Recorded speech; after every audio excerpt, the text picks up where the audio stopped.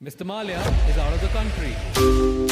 Liquor Baron Vijay Mallya, who finds himself in a raging 9,000 crore loan default scam. Welcome on Figuring Out, sir. Why are you doing this after 9? In India, public opinion is very quickly formed and influenced by the media. जो पैसा लूट के भाग गया, क्या पैसा, क्या लूट? Hi, I'm Vijay Mallya. Nothing else comes close.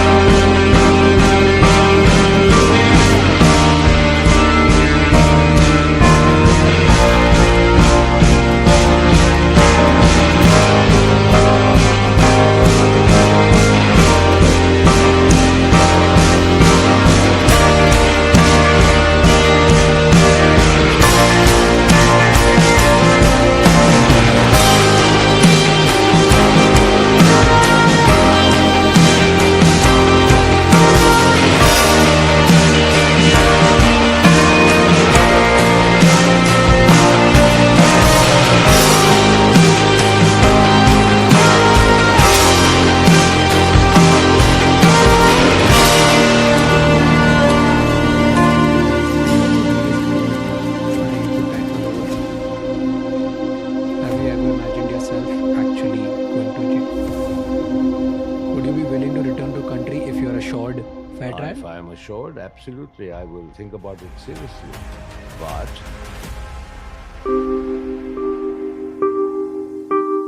This episode is not about glorifying a fugitive, nor it is about justifying any wrongs. It's about asking the hard questions to the man at the center of one of the India's most controversial financial stories. After 9 years of complete media silence, Vijay Mallya chose our podcast Figuring Out to speak publicly for the first time. I didn't do this podcast to celebrate him. I did it because I was curious. I read his tweets, I heard the headlines, but I never heard the full side of the story. Because the tweets that he makes are different than what the headlines talk about. There's a mismatch. As a podcaster, my job is to ask every uncomfortable question, and I did. Vijay Mallya claims he never committed fraud. He says he wanted to pay back the loans, that his property was seized and sold, and that he's being framed. He also says he's ready to face the consequences, whatever they may be, if he's given the fair chance of trial. I've tried to cover his childhood, business building, the man behind the image, the rise, the fall, the good, the bad, and the ugly, the life before and the life now. I'm not here to decide who's right or wrong. I trust the Indian judicial system to do that. This conversation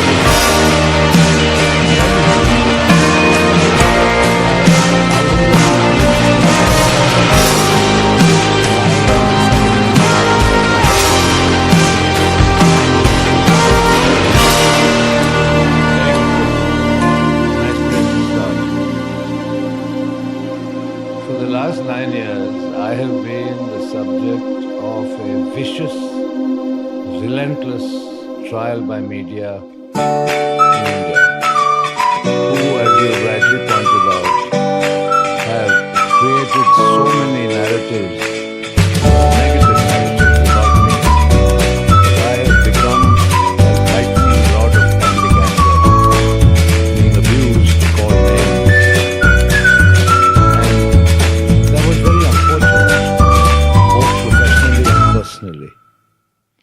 Rather than try and take on this huge Indian media machine, I just prefer to keep watching. Now times have changed,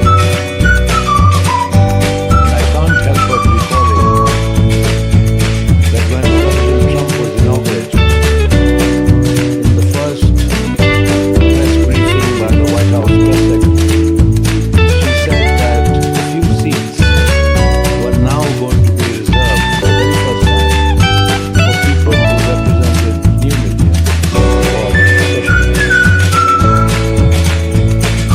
I didn't even know that a podcast existed, let alone understanding what a podcast really meant, until you told me and explained it to me in a manner that I got quite excited about, because here is my opportunity to not only answer your questions, but to say things that I truly feel would never, ever have been truthfully reported by the legacy media, particularly. That's why I'm here. Why do you think nobody cared about you? In India, it's strange, but public opinion is very quickly formed and influenced by the media, more importantly by sensationalism. I still remember the anchor of one media channel in 2016 shouting and screaming on the television, saying, "Vijay Mallya, I want to see you in jail clothes. I want to see you eat jail food," with an image of me in jail attire. What for? I always wondered what for. Subsequently, chor, पैसा लूट के भाग गया. क्या पैसा? क्या loot? Nobody bothered to step back and think. But it was very easy to fling false accusations day after day and get away with it. One of the reasons I agreed to sit with you today is also because it is only very recently that finally the government of India, Ministry of Finance, has published a report, their annual report, in which they have acknowledged 14,100 crores recovered from me. Of course, this was following the finance minister's statement in Parliament. And the legacy media can't argue with that anymore. They can't put any spin on it anymore. The Debt Recovery Tribunal gave a judgment debt of 4,999 crores borrowed by Kingfisher Airlines, not by Vijay Mallya. Borrowed by Kingfisher Airlines, of which Vijay Mallya was one of the guarantors. So what is the DRT judgment debt? 4,999 crores plus 1,203 crores unapplied interest. Okay, which means notional interest at the bank is not even booked. Forget that. The total of the unapplied interest and the principal was 6,203 crores. Okay? And I was guarantor. The government has right? Now, if I had some chori, if I had Duke bags, where does this young man up? Till very recently,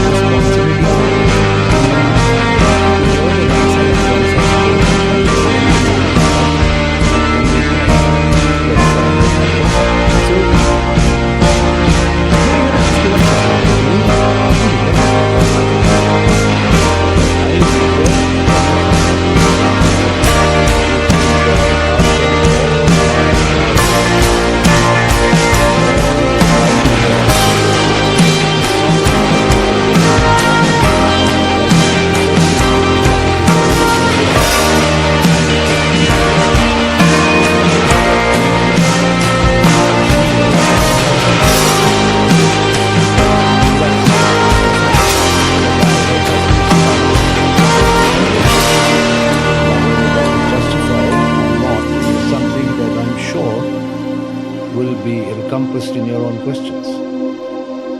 Zero from a hero. Let's talk about building of a hero first, and we'll come down to zero again. So before the billionaire Vijay Mallya, before the controversies, before all of this flamboyance and scandals and things that people talk about, who was Vijay Mallya as a child? Where were you born? What did you do? How was your childhood? Tell me about it. Born in Calcutta, moved to our hometown Bangalore, went back to Calcutta, did my schooling there, did my college education there in Calcutta. And my upbringing under my father was a very normal, I would say strict upbringing. Really? Yes. Tell me an incident, strict childhood. Two things. When I was still in school, class 9 at La Martiniere in Calcutta, my marks were not very good in class. I was a mid-ranker, only because I took a lot of interest in sport and extracurricular activities. But I didn't concentrate fully on studies and my mark sheets. And he told me, and I think most people know it, he was exceptionally intelligent, was a product of the Doon School, I think topped his class. So he expected me to also top my class. Nevertheless, he said something to me which I think I remember till today. What? Two things made a profound impact. One, if you're not good enough, you are not going to step into my shoes. And the second thing he said, do you realize that while I say step into my shoes, there may not be any shoes at all, because the government and its then socialist policies may have taken everything away from us, and the only thing I can leave to you is your education. So take it seriously. I think I repaid some amount of faith because for my last 3 years in school, 9, 10, 11, I think I came within the top 3 in class, and he was quite happy about that. So weren't you a little spoilt as child? Spoiled? Oh my God, I was anything but spoiled. Really? Yeah. You had all the fancy toys, you had all the things that you used Absolutely to... no fancy toys at all. That's completely false narrative. After I passed out of school, and when I went to St. Xavier's College to study BCom, my father was very clear. You go to college at 6 o'clock in the morning, and when you finish at 10:30, you go and work a full day at the office as a management trainee. I was put on a stipend of 400 rupees a month, and that 400 rupees never increased right the way my time through college. So that's all I got, 400 rupees a month, and was working, in those days, Phipson and Company Limited, Old Courthouse Street in Calcutta, every day after college. Aren't there stories that you used to go to college in a very fancy car and you removed the silencer just to show the noise of your car, the loudness of your car, and you were always a show off, weren't you? I was no show off at all, and the fancy car that I have was a second-hand Standard Herald. So where are these stories coming from? I don't know. It's people's narratives, people's perceptions. That's why it's important to correct those perceptions. Talking about noise, even a fatfatia in Delhi makes a hell of a lot of noise. You don't have to drive a fancy car to make a noise down the street. So you are telling me that all these stories of you having fancy toys, remote control cars, and then fancy cars with loud noises, all of this is false. Well, I may have tampered with the silencer of my car. Okay. Because I was always into kind of fast cars, loved motor racing and stuff like that. But, it still remained a Standard Herald. But why did you do that? Like just to show off like the noise and everything? Look, if you can modify the silencer of a car, like you can modify the top end of a car's engine to make it go a little quicker. I mean, that's the basics of motorsport. But how were you as a child, personality-wise? Were you confident? Were you a little arrogant? This is all a question of perception. Arrogant is also your understanding of arrogance, my understanding of arrogance. But I'll tell you one thing. I was always self-confident. And whenever I was invited to give talks at various universities and educational establishments, I always told the youngsters that when they start off life, they must be self-confident, because it is only self-confidence that will bring out the best in you. And I still believe that till today. And because I started young, I am passionate about youth empowerment. But this would have not been the case always. As a kid, we all have like a lot of insecurities. It's not always confidence. What was your biggest insecurity when you were growing up? I don't.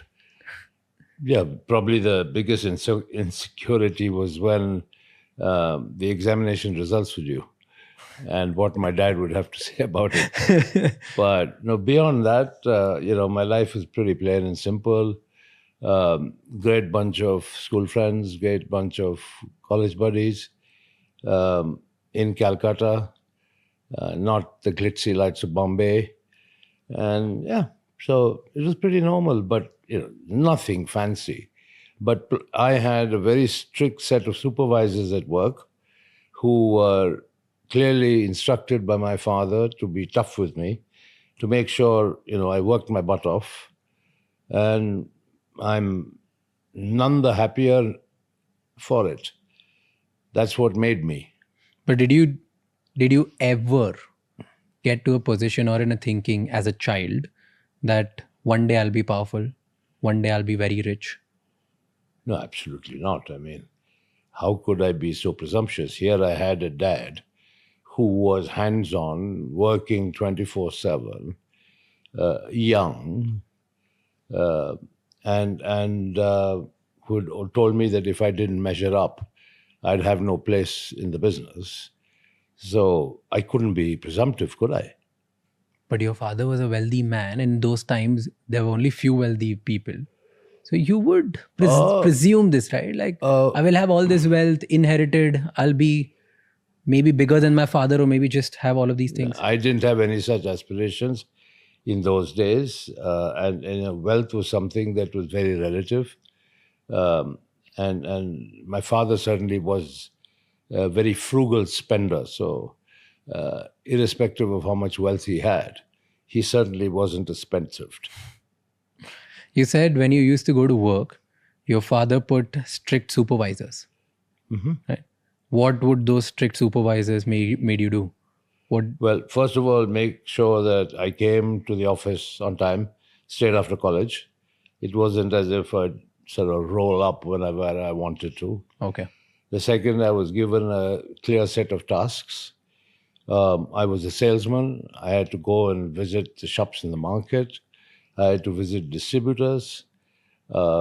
I had to spend time with the accounts department to understand accounting, corporate accounting. And marketing, sit with the ad agencies and stuff like that. So it was a comprehensive training program, but with no forgiveness in any sense. I had to work a full day. I couldn't sort of get up and go or come when I liked, which was fine. I mean, looking back, it was a great grounding. What happened next? So you were in Xavier's, you started going to work, and then you went to States. Yeah, my dad sent me off to the States to work for American Hearst. Okay. American Hearst, as it was then known, became then Aventis. And now the pharmaceutical company, the global company, is called Sanofi. So yeah, I was sent there, worked there once again as a management trainee. I then was brought to England to work in Jensen and Nicholson I was a paint foreman in the paint factory. Used to be mixing paint at night. And yeah, I mean, slowly I understood what my father's methods were, What was his method? which is basically a strict training regimen. And I did pretty well because I can tell you he expressed his appreciation for my work. I got a pretty good report card from America. He said he was proud of me. I did well here in England mixing paint, and when I went back to India, his health was becoming indifferent. Even though at that time he was only 57 years old.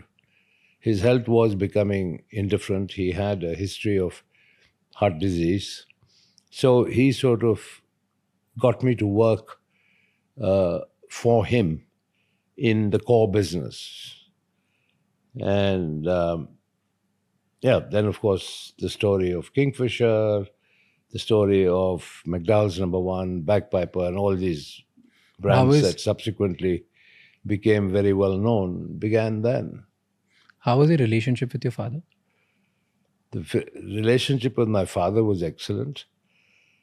He was a man of few words. But there's one thing he did which embarrassed me no end, that every time he saw me, he gave me a big kiss on my cheek. Whether it was at an airport or in the office or at home, he'd give me a hug and a big kiss on the cheek. I mean, bless him for that.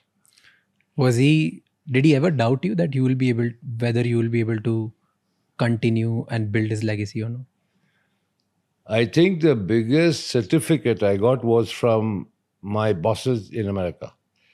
And they gave me a pretty good certificate, a pretty good report. And that finally, I think, gave him the confidence to say, my son is stepping up to my expectations. What was your first bold step in your father's company? Oh, Kingfisher. I went to my father and I said, I need 10 lakhs rupees to market Kingfisher beer. And he said, that's a princely sum of money. What are you going to do with it? How are you going to do it? Etc., etc. Because I saw in the archives of United Breweries this label of Kingfisher beer, which had been actually launched in 1857, gathering dust and, with a pretty archaic Kingfisher bird on it, sort of prehistoric version. But I said to myself, the mere word brand Kingfisher is very evocative in so many ways. It could be made into a fun brand. Now, my time in Calcutta, going back to my training days, when I spent time with them, with the marketing department, more importantly, interacted with the people in the advertising agencies. My time in America, where, I still remember the two big banks, which is Bank of America and Citibank. And Citibank said, the city never sleeps. And Bank of America came out saying, we caught the city napping. That was the level of marketing, advertising, tongue-in-cheek stuff, which caught your attention. And so I became fascinated with marketing. And I came away back to India, started working in the business, and I always said, a brand needs a personality. Of course, I very quickly realized in India, I couldn't replicate what they did in America because for alcohol, India is a media dark environment where the advertising of alcohol is banned. So in a way, I had to think of ways of authoring surrogate advertising, which I did pretty successfully. Not some Mickey Mouse stuff where if you want to advertise an alcoholic brand that you sort of suddenly, produce some music cassettes. And I built a full water business around Kingfisher and a water business of significant enough size uh, that you could justify advertising it. Okay, and therefore you advertise the core brand. So I gave Kingfisher a very colorful personality because that's what evokes you. You know, like McDowell number one, golden moments, McDowell moments. It's evocative. It's supposed to convey that, if you want to hang out and have a good time with your friend, golden moments, well, it's a McDowell moment. So there were many, many such examples of how I actually gave brands their personalities. And in many ways, I supplemented by becoming the brand ambassador myself. And all of this was happening when your father was still alive? Oh, absolutely. Absolutely. You said India was media dark when it comes Still to is. alcohol, which still is the reality. And there was a point where I think government banned alcohol? No. Or what was that? Certain states introduced prohibition, such as Andhra Pradesh, unified Andhra Pradesh. Of course, Gujarat has always been dry. But the advertising of alcohol is banned in India and has been banned and still is banned. When was that? When was this time when you started acquiring a lot of alcohol brands? Because a lot of those brands were scared of the state because the state was getting involved in the alcohol business, or maybe they wanted to ban or prohibit certain things. What was this time where you started acquiring certain alcohol brands and cheap because you and your father was bullish on it? No. That was in 1977 when Morarji Desai was the Prime Minister of India, and he publicly announced that there should be prohibition all India. Okay, which means that alcohol should be banned across the country. So obviously the value of the stocks and shares of almost all alcoholic beverage companies, whether distilleries or breweries, fell. My father was very clear that prohibition could never succeed in India. And therefore, he bought. And so that's how we became number one by quite a fair distance. Because all those who panicked and sold out, my father acquired. but was there something you guys knew which others didn't, No, or it was absolutely. just pure conviction? No, it was just pure conviction because we knew that prohibition had not even succeeded in the United States. And plus, if you look at the amount of revenue generation for the state governments through the sale of alcohol, there's no way in the world that prohibition would have succeeded in India. What happened after your father's death? You were doing this successful sting, you were taking bold steps, you wanted to make alcohol a cool brand. All of this was happening. Everything was going right? What happened then? Well, I was in the US. I had gone to finalize promotion and export of Black Dog Scotch whiskey when my father sadly passed away at a cocktail party in then Bombay. And he was only 59. Nobody ever expected him to pass so young. I was just past 27. So I took the Air India flight and flew back from New York and performed my father's last rites. And then the fun began because my father surrounded himself with a few stalwarts. Meaning? People who he put in positions of great authority who were also very close to him personally. So he had somebody running the Western India businesses, somebody running the Eastern India businesses, somebody running the Southern India businesses. And don't ever forget, in those days, the structure was that United Breweries Limited was the holding company. And the other companies in the group were largely controlled by its largest shareholder, United Breweries, or they were subsidiary companies.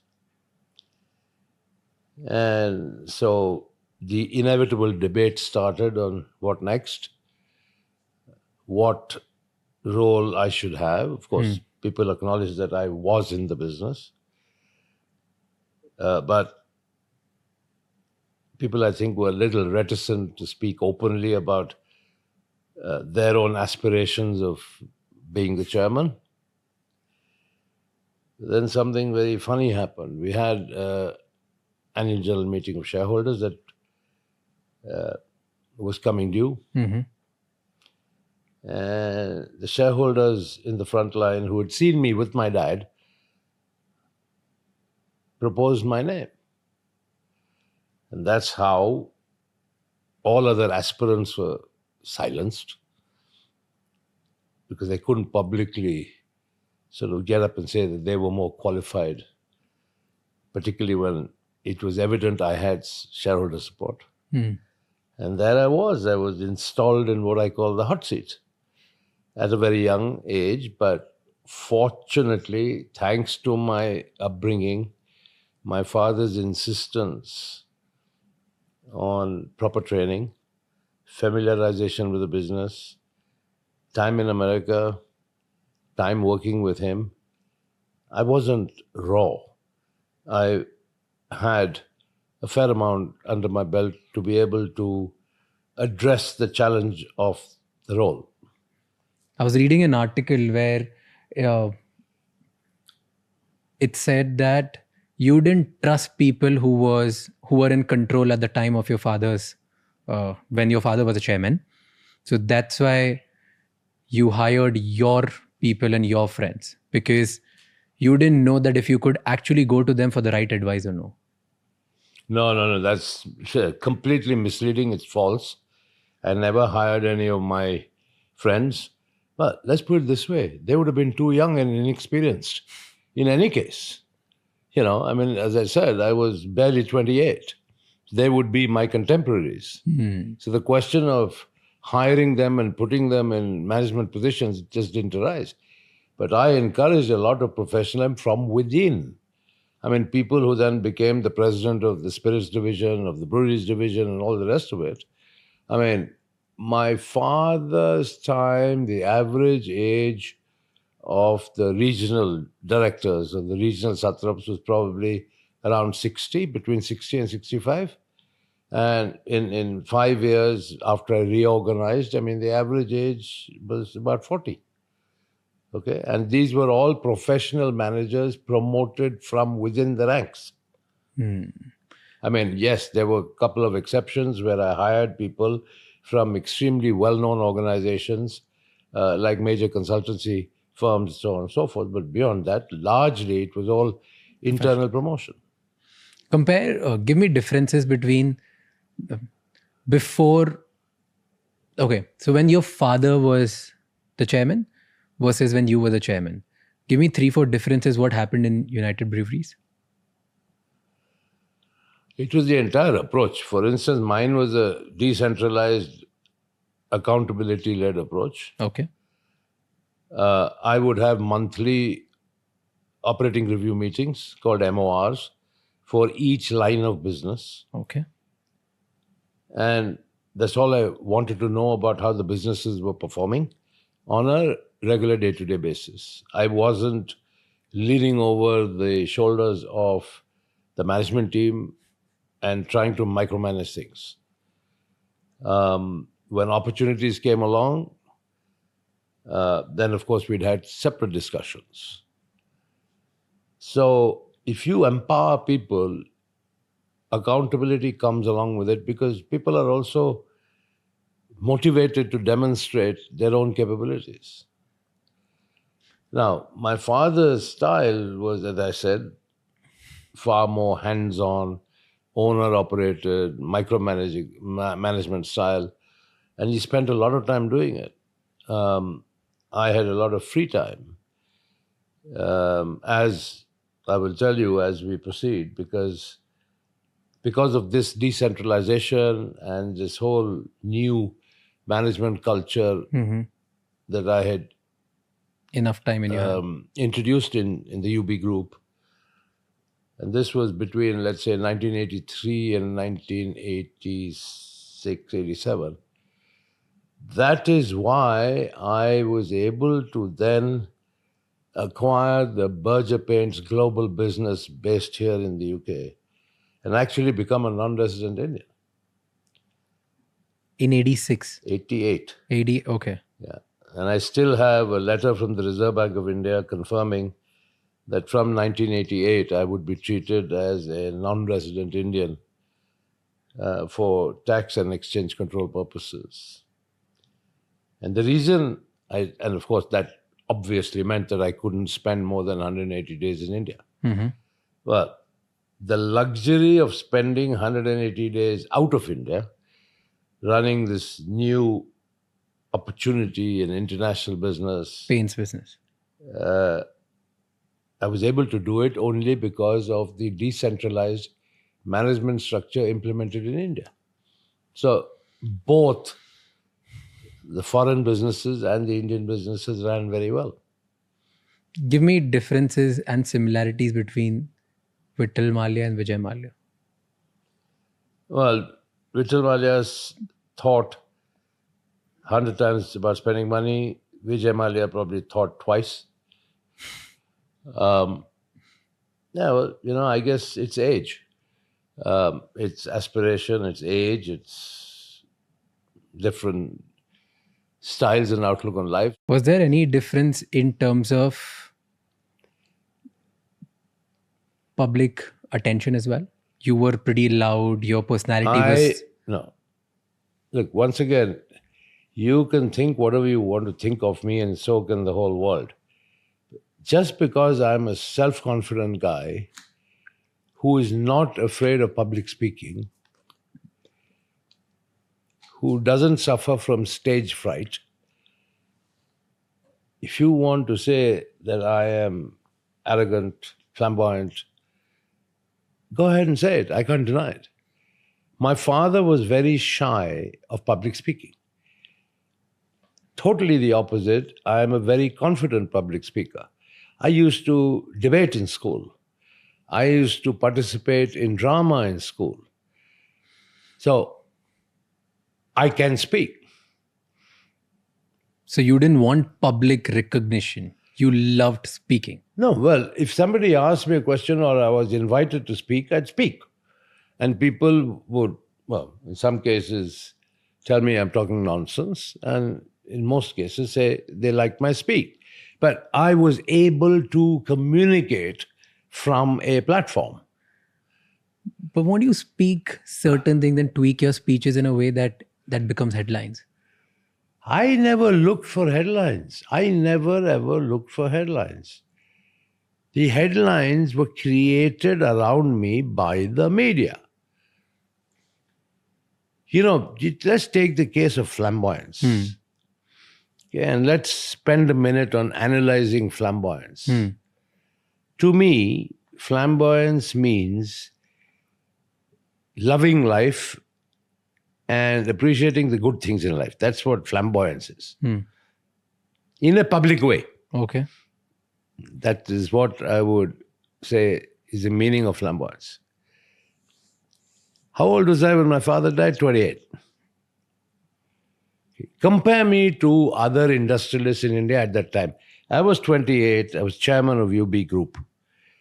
Who was chairman of RPG Enterprises? Mr. Ramaprasad Goenka. Who was the chairman of Reliance? Dhirubhai Ambani.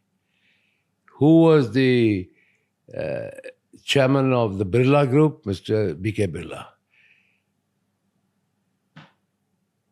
I was a contemporary of their children. But I was thrown into the deep end. So I was a group chairman being compared to people who were my father's age. Now, as a youngster, I had the passions of young people. Like? I enjoyed a good car. I enjoyed my drinks. I enjoyed parties. I enjoyed music. I enjoyed sport. Not all of my father's contemporaries, who suddenly became my contemporaries in business, lived that way. They were more conservative, more at home, more domestic, consistent with their own age. So suddenly the media decided, this guy, chairman of UB Group, is flamboyant. I was termed flamboyant only because I did what every other youngster aspired to do. At the end of the day, you have to make allowances, age-related allowances, let's put it that way.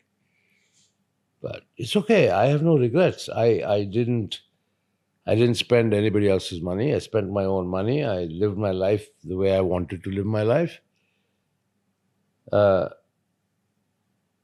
If I look back, I've got millions of miles of corporate experience under my belt, starting off at a very young age.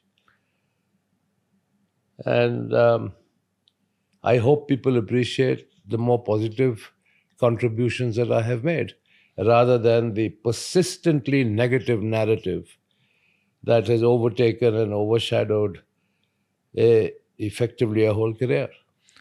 I don't think I ever used that word flamboyant. It was the media and the narrative they created around me that was flamboyant for their own purposes. Now, I just lived like any other moderately wealthy 28-year-old would live. No.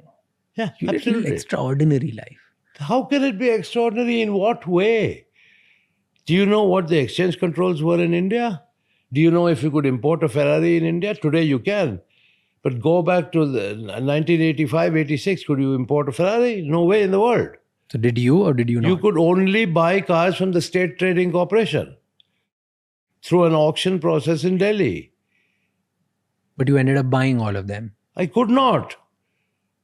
Later you bought it. Look, I like good cars. I race cars. I've been racing cars since I was a teenager. Okay? I brought a Formula One car into India to race, okay, when my father was still alive. In fact, when I won the race at Sholavaram, okay, near then Madras, now Chennai, I called him from the racetrack and said, I won the race. He was very happy. So it wasn't as if I was trying to do things behind people's back. But, okay, I was fond of motorsports back then. Okay, so it came from media, but did you enjoy the tag?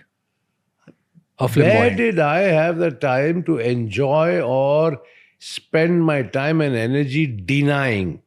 I just lived my life, did my work, and I think whoever you may ask, I worked really hard. See, this is very... Okay, this is very like a media answer, okay? You were aware that people call you flamboyant. You were aware that this was the image being built. You were aware that headline mein yahi likha tha. What was your reaction? What did you start secretly? Did you enjoy it? No way. So what was your it. reaction the moment people would write it? You were like, ignore it. Of course I would ignore it. What have I done for the last 9 years? But at that time you were in peak. You were, Let me tell you something. Being referred to as flamboyant, some people may take as a compliment. But nobody will tolerate being called chore, thief, fugitive, right? These are damning words. I ignored all of it because I knew I couldn't fight it. Much like I ignored flamboyance. I couldn't spend all my time devoted to contradicting what the media wrote. Yeah, and now... but, okay. Let me also tell you, I referred to earlier, I said, this whole theme of flamboyance, the media, if you see the pattern of their reportage on me, okay, they kept on writing things which really I thought these guys don't have anything better to do. Vijay Mallya ne aise party kiya. Vijay Mallya is hosting a New Year's party at Kingfisher Villa. Vijay Mallya is doing this, that, and other things. Okay, bottom line is, they created a narrative of a personality that helped them to sell their own media. One day there was a terribly wrong, factually incorrect article in one of the large newspapers in India. So I called the owner. I said, how could you possibly publish something like this without checking the facts? क्या था? Vijay, sorry yaar, your name sells. So they created this animal called Vijay Mallya, whose name started selling, so they could, get more eyeballs, more readership, more viewership. But be that as it may, I lived my life. What was my objectives? I am not apologetic for the life I lived because I didn't spend anybody else's money except my own. I didn't borrow 1 rupee from anybody. Okay? I was much maligned, much complimented, but effectively, I was my own brand ambassador. Take the case of one much talked about phrase, king of good times. Yeah. I'm not crazy to walk around with a label on my chest saying king of good times. Read, and this is where somebody must make the effort. See the label of the Kingfisher beer that was developed. It says the king of good times. The personality of Kingfisher beer was the king of good times. Ulta media started calling me the king of good times. So tell me, me being the king of good times will not help sell the beer. But it did.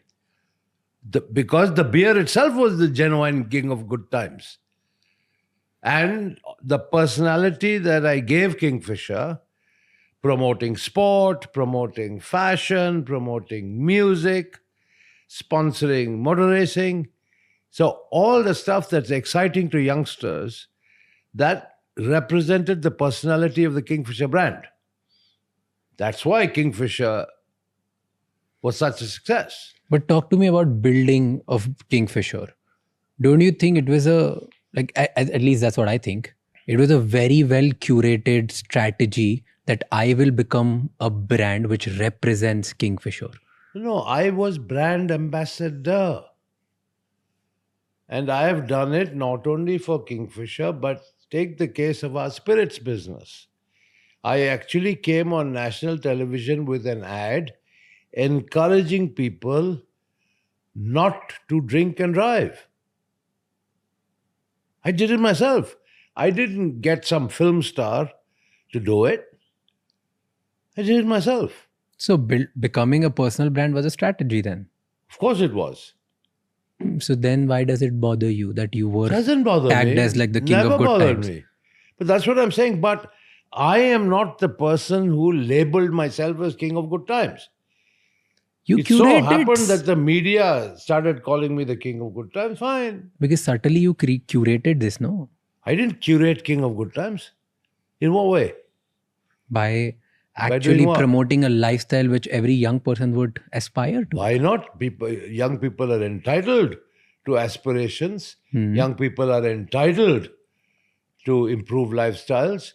Young people are entitled to treat themselves. But that doesn't mean I went around the whole world saying, well, you know what? I'm the king of good times. No way. Never said it even once. But you knew it will happen. No, I didn't. How should I care? I achieved my objective of making Kingfisher the number 1 selling beer. That's it. How did that happen? So what happened along the way is irrelevant. Okay, how did this happen? What? Kingfisher beer, how did it become number one? Tell me story of Kingfisher. When I took over this business, Golden Eagle or Mohan Meekan Breweries was the largest beer company in India. Today, United Breweries Limited controls almost 52% of the beer market in India. Kingfisher is not very many product categories that can lay claim to 52% national market share. But yeah, Kingfisher is by far the number one selling brand. That's because, yes, I curated a personality around Kingfisher, around fun, around excitement, around vibrancy, color. I created the brand and I achieved my objective. You take the case of McDowell number one. I mean, once again, this whole golden moments, McDowell moments, right? It was a little more sober than the Kingfisher ads because the target demographic was different. But it's the largest selling whiskey in the world today. McDowell number one. Right? All these brands I created.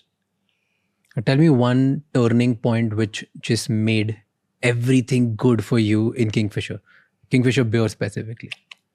It's a sustained effort. But when was the first time you thought, okay, now it'll work? Because it was as far always as working. From day one. Yeah, when I relaunched in new packaging, right, make it more appealing on the shelf, started sponsoring music, fashion events, got more brand attention, automatically the sales started picking up. And then, as we went along, promoting our marketing strategy, which was clearly effective, the sales followed. Same thing with McDowell number one whiskey. Nothing's overnight. National brands are not built overnight. There wasn't one moment that you could pinpoint, or was it? How can you? How can you pinpoint a moment? Because it isn't like switching on and off a light switch. Why did you get conviction that Kingfisher beer will work? Because it was a little expensive than other ones. We had brands such as UB Royal, Flying Horse, we had Jubilee. Now you tell me, even though they were my brands, does any one of these evoke any excitement in you? No. But if I say to you Kingfisher, you take notice, right? So that's the platform I built on. All right. Similarly, as I said, you take the case of McDowell number one, right? It was targeted at a slightly higher demographic, but it went along with more sophisticated merchandising and stuff like that, which augured well for the brand. And today, as the Indian economy has grown, as consumer spending power has gone up, it's the world's biggest brand. Selling about 32 million cases per year. What was the biggest challenge in building of Kingfisher beer and McDowell's? I think, or everything was just painted red and it worked out for you? No. There was nothing red about McDowell. It was all black and gold. The only one around that's red is Kingfisher. No, I think more than challenges, I look at opportunities. 2005, I bought Shawwalis, my biggest competitor. That propelled the spirits business, to number one position by far. Brought on board bands like Royal Challenge and all the rest of it. So, those were pretty bold business decisions, which once again, self-confidence. I had to pay $300 million for the company. Big amount of money. But made it work. That's how United Spirits was created. Today, with a market cap of almost 1 lakh crores. So, if you have the confidence to do it, you go do it. You said you bought Bojo paints at the same time. Talk about that. Why paints all of a sudden? You were making money with alcohol. You were minting profits out of alcohol. You were convinced that brands like Kingfisher and then at one point other brands as well would work out really well, which it did. Why buying a paint business? Like, this is so The paint bizarre. business, British Paints in India, okay, which is now called Berger Paints, was part of the Hex Group. My father was chairman of British Paints India. Okay. When he passed away, I became chairman of British Paints India.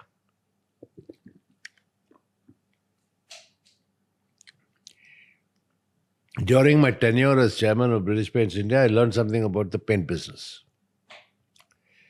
Right. Now, What did you learn about paint business? go back in time what I told you. When I was sent to America, then to England, I worked as a foreman in the Berger Paints Jensen Nicholson paint factory here in this country. So I not only knew about making paint, but also how a paint business was run, because I was chairman of Berger Paints. So when Hex Group decided to sell their global Berger Paints, headquartered in England, operating in the Caribbean, operating in Africa, in Asia, true multinational company. I went to them and put together a loan package with those days the Hong Kong and Shanghai Banking Corporation, and bought it because I had this aspiration of creating India's first multinational. That was back, as I said, 1988. Okay, so from being an Indian-centric business, I was operating in 25 countries worldwide, flying the Indian flag. So your objective is only that I want to take India or Indian business to the world? No, absolutely not. I was very focused on making a hefty profit out of it too. All right, which I successfully did. So I bought it in a leveraged buyout, and after that, I did IPOs. I did IPOs in Jamaica. I did IPOs on the Kenyan Stock Exchange.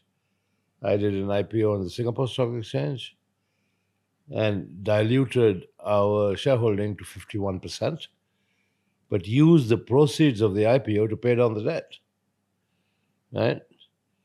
And then finally in 1996, I sold the entire business that was then listed on the Singapore Stock Exchange, and I made a fat profit. And I still remember, and I have no hesitation in saying this, that I went to my mom and I said, you see this piece of paper? This is what I earned. This is not inherited. I made it myself. So when I spend it, don't complain. No, I mean, that's on a lighter vein. But yeah, I mean, I that was when, as a non-resident Indian, I made my first serious piece of money out of entirely my own initiative in a paints environment. But hey, that's what it's all about. I mean, I got experience of doing IPOs in 3 different countries across the globe. That was invaluable experience. Do you regret selling it? Because today Berger is, I think, 60,000-70,000 crore big business. That's only one Berger in India. I owned the global Berger all over the world, including India. I sold Berger paints in India to the Dingras. So do you regret selling Did a great it? job with it. No, God bless them. They did a super job with it. But And if it was doing so good, why did you sell it then? Well, it was bought by the Malaysians, okay, and they came with an offer I couldn't refuse. I mean, they offered me some 2.5 times the quoted share price. Okay. You mentioned that you told your mother that I made this profit. Now don't complain when I spend it. Correct. Tell me your relationship with your mother. My was mom brought me up. I used to live with her in Calcutta alone since 64, 65. And yeah, so she's stood by me like a rock. She's a very well-educated lady. And yeah, I mean, she's been living in England now for 30 plus years. But yeah, I wanted to buy a yacht. I wanted to buy a plane and stuff like that. And so I wanted to make sure I set the record straight. I told my mom, I earned this money. So if I spend it buying a yacht and spend it buying a plane, don't complain. Did she complain? No. Never. But She why did you enjoyed say the that plane, then? She enjoyed the yacht. What? Okay. Why did you say this to her then? Was she like frugal? She would ask you not to spend. No, it isn't that. I mean, it's natural for a parent. If you see something that's quite extraordinary, quite expensive, lavish, call it what you may. It's normal parental reaction to ask the child, why are you spending money or whatever. So, I'm just telling you, I made a joke out of it, but I was very proud that was money I earned. It wasn't money I inherited. Tell me one lesson you learned from your mom. Oh, I've learned many lessons from my mom. Don't waste time in life arguing. It's not worth it. Use your time productively. Think positively. Don't keep arguing with people unless it's a matter that's going to get you somewhere. And which argument gets you anywhere? And what did you learn from your father? Give me one lesson. Something that you can't forget. Hard work and an ability to read a balance sheet, company balance sheet. He was really good at it, right? That's what it's written about him. Superlative at it. Do you miss your father? I don't think I'd be as good, but I think whatever I learned from him was good enough for me to produce some excellent, robust balance sheets in all the companies I ran. Do you miss him? Well, who doesn't miss a dad? But, it's now what? 1983 to 2025 is a long time. What do you miss about him? You can't keep missing somebody for 40 years. Life is too short for that. But do you think he would have been proud of you today? Well, I would hope so. Certainly not proud of me being called chore or bhagoda. And certainly nobody would be proud of that. Certainly no parent. I know my mother gets very agitated even today. She's 98 years old. And every time she sees the Indian media, she's reduced to tears. Obviously, it hurts her more.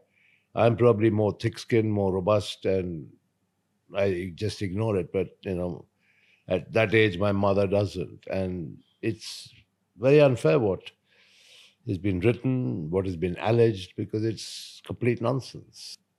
Let's walk through the case. Let's start from the point of what happened in Kingfisher Airlines. Okay. When did you decide that you want to start a Kingfisher airline? 2002, 2003. And you just...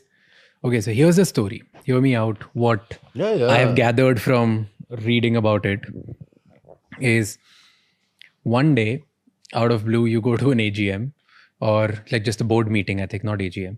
It was a board meeting where you announced that on my son's birthday, we are going to launch Kingfisher Airlines. Your CFO was not happy about it, but you still pursued and you want to do it. This is what is reported. What was the reality? Tell me the truth. The truth is, the Damania brothers from Bombay,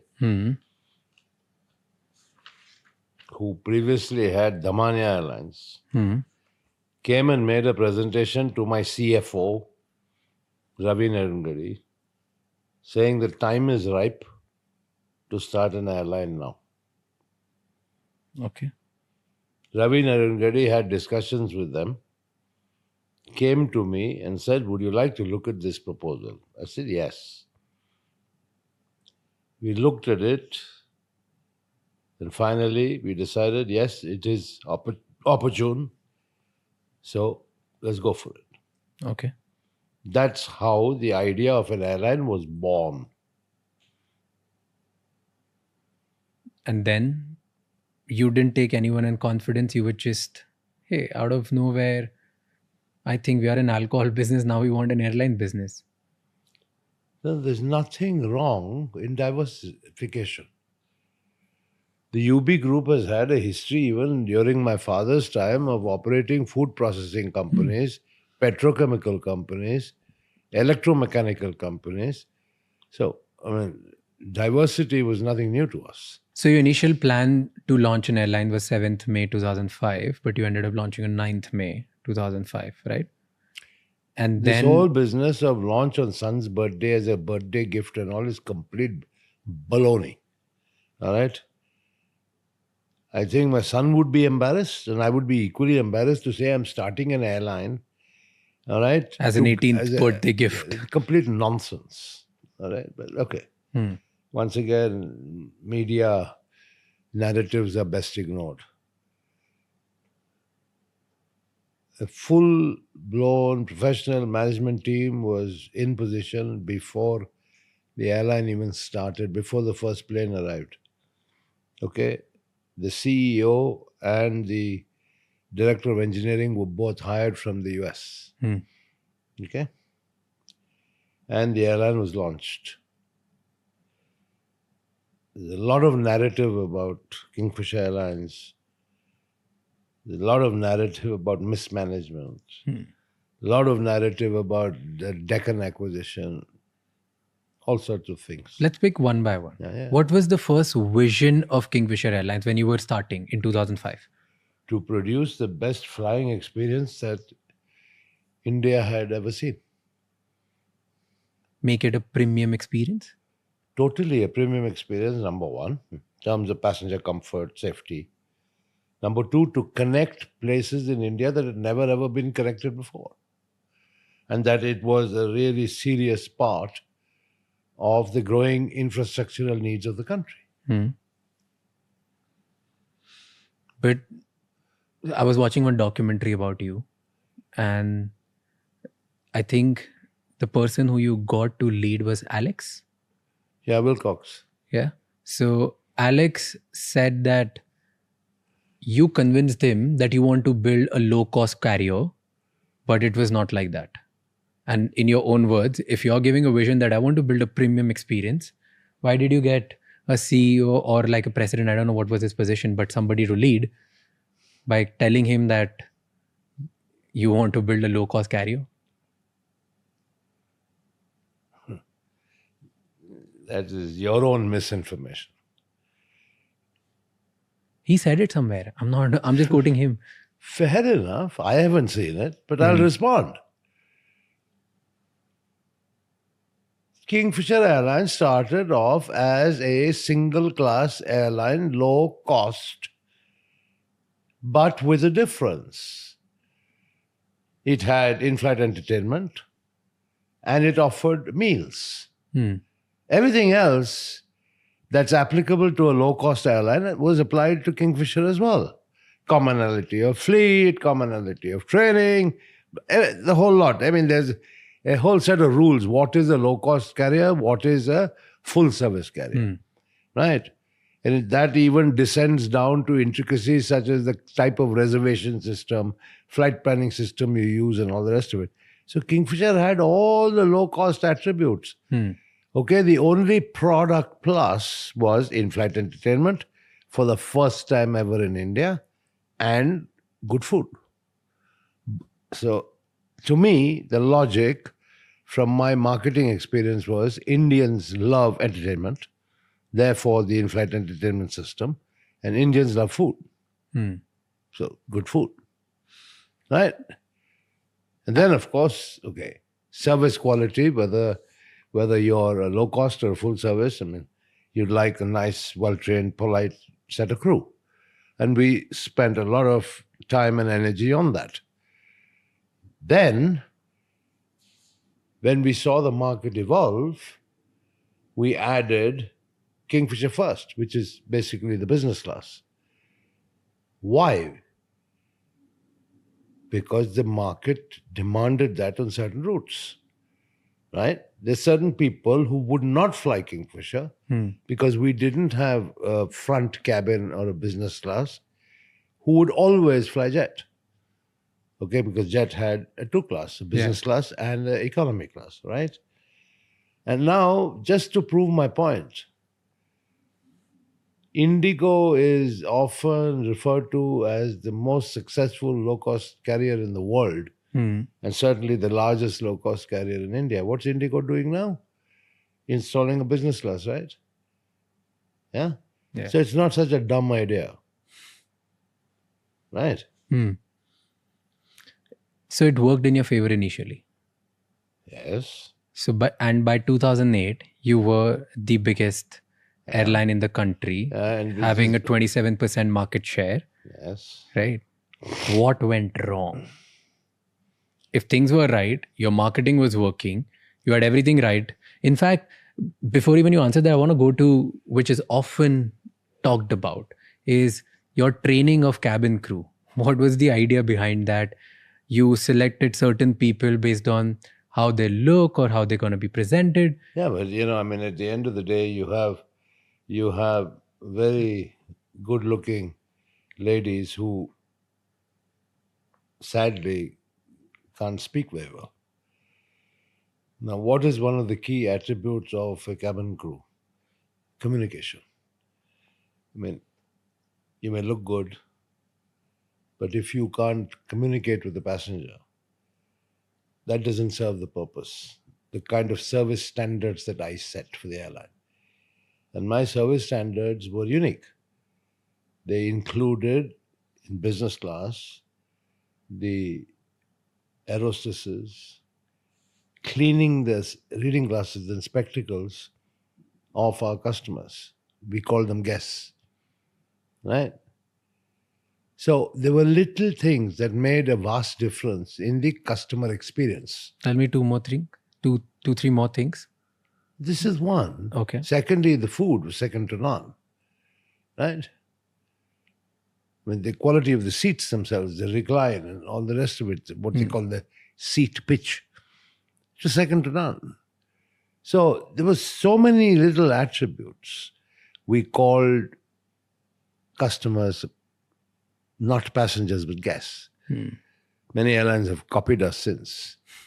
But there were the little things that made a difference. I was very focused on the service delivery excellence of Kingfisher.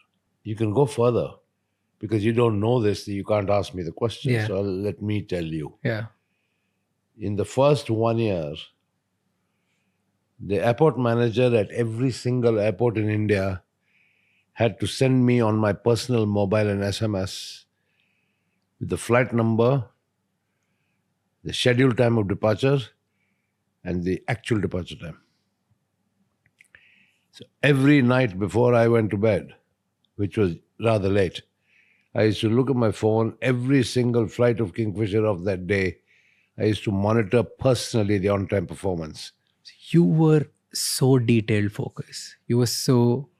Because the service industry and the airline industry requires focus, requires detailed focus. So agreed. Then it worked in your favor till 2008. What happened then? Simple. You've ever heard of Lehman Brothers? Yeah. You ever heard of the global financial crisis? Right? Did it not impact India? Of course it did. The whole aviation sector was... Forget aviation. Every sector. Every sector was, yeah. You The saw money what stopped. did It got dry. to the value of the Indian rupee. So I went to Shri Pranab Mukherjee, then Finance Minister of India. Having grown up in Calcutta, I speak fairly decent Bengali. And I said, Pranab da, amar problem ache, Kingfisher Airlines ke downsize korte hobe. Which means I have to downsize this airline. I have to cut the number of aircraft. I have to lay off employees. right? Because I can't afford to operate under these depressed economic circumstances. He said, no, at this time, connectivity is important. Yeah. The jobs and employment are important, particularly because, typically in an airline, they're not blue collar workers. Huh? They're not like workmen. Yeah. The boys and girls who work in an airline can't be classified as blue collar. And he said, I don't want them to lose their jobs. So you continue, banks will support you. That is how it all started. I was told not to downsize Kingfisher at that time. And yes, the banks did support. All right. Now, What happened then? lot is, well, you tell me the narrative. I'll tell you the truth. You tell me the narrative. Then there was a consortium formed of 17 banks, and the loan was given to you via SBI, right? Was that the first, or IDBI was first? See, this is where people are not aware. I acquired Air Deccan, which everybody says was a big mistake. Yeah. Right? In $137 million or something like that. Everybody says you overpaid for it. In the world of business, there's something known as consolidation, industry consolidation. There is something known as eliminate the disruptor. Okay.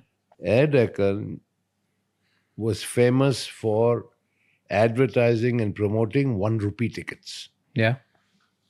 Clearly, you could never ever sustain any airline business selling tickets for 1 rupee. Right? Okay, it was a bait. But that set certain price expectations in the mindset of the customers. Yeah. And affected not only Deccan, which was losing money, but the industry as a whole, of which Kingfisher was also a part. Right? So, at that time, we looked at it. Air Deccan was also Bangalore-based. It had the same Airbus aircraft. It had the same trained pilots as Kingfisher. So there was a lot of engineering compatibility. Plus scale and size with the merger of Kingfisher and Deccan. Eliminate the disruptor and consolidate the industry and Kingfisher Airlines. That was the logic of buying Deccan. Not this much touted logic of I was desperate to fly overseas. I needed to get past that 5-year hurdle. Yeah. Complete nonsense. Now, why should I shout from the rooftops trying to clarify this? But if you talk to anybody about elimination of a disruptor and consolidation of industry, it'll start and commonality of equipment, it'll start making business sense. But if your philosophy was to make a premium airline, why would you buy something which stands for low cost carrier, which stands for something cheap, which stands for 1 rupee ticket? Because the customers would be completely different.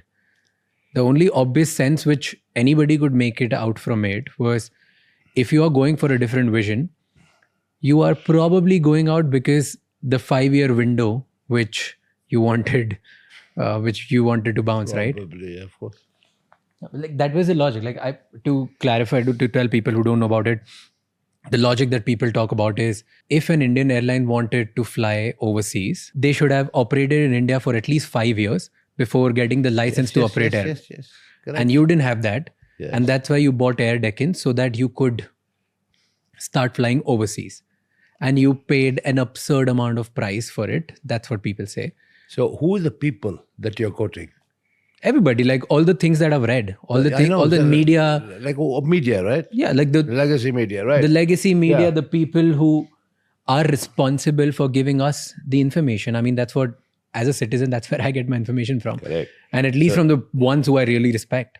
So I don't think anybody at UB Group was that dumb with a lack of business understanding to buy an airline, an operating airline, just to be able to fly overseas.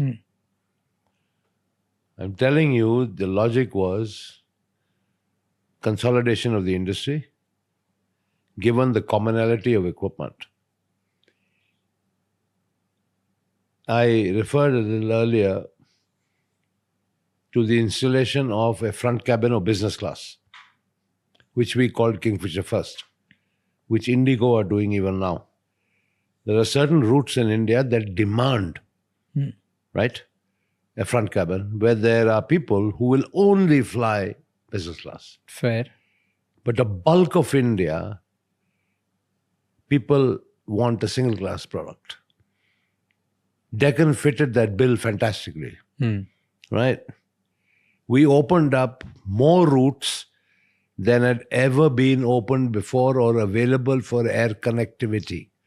That was one of the biggest contributions we made to the Indian aviation sector and economy, right? Deccan also played a part in that.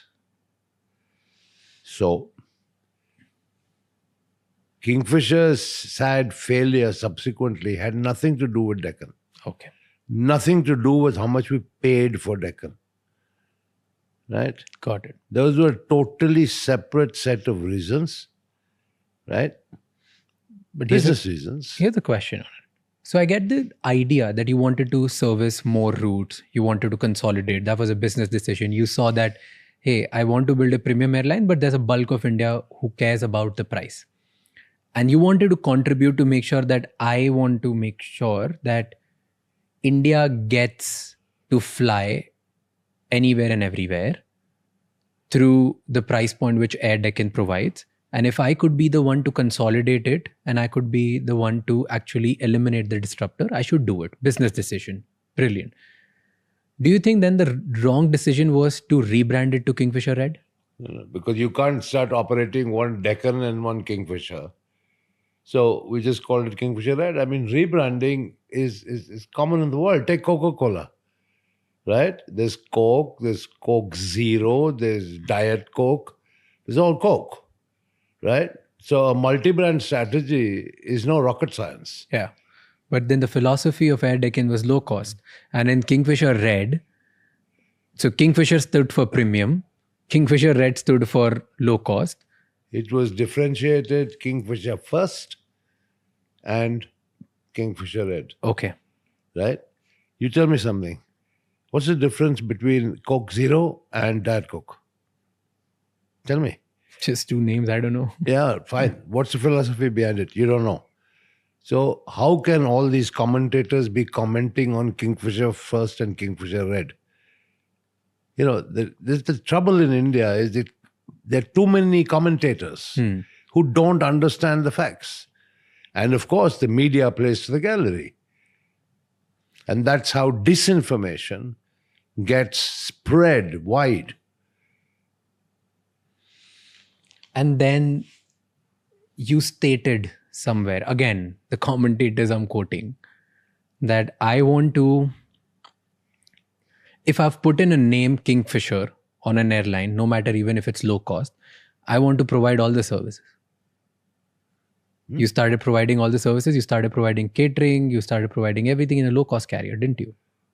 I began by saying that Kingfisher started off with all the attributes of a low-cost carrier, which is single class, standard fleet, etc., etc., etc. But I said the only differentiator was in-flight entertainment and food. But I mean, just because I gave food didn't make it a full-service carrier.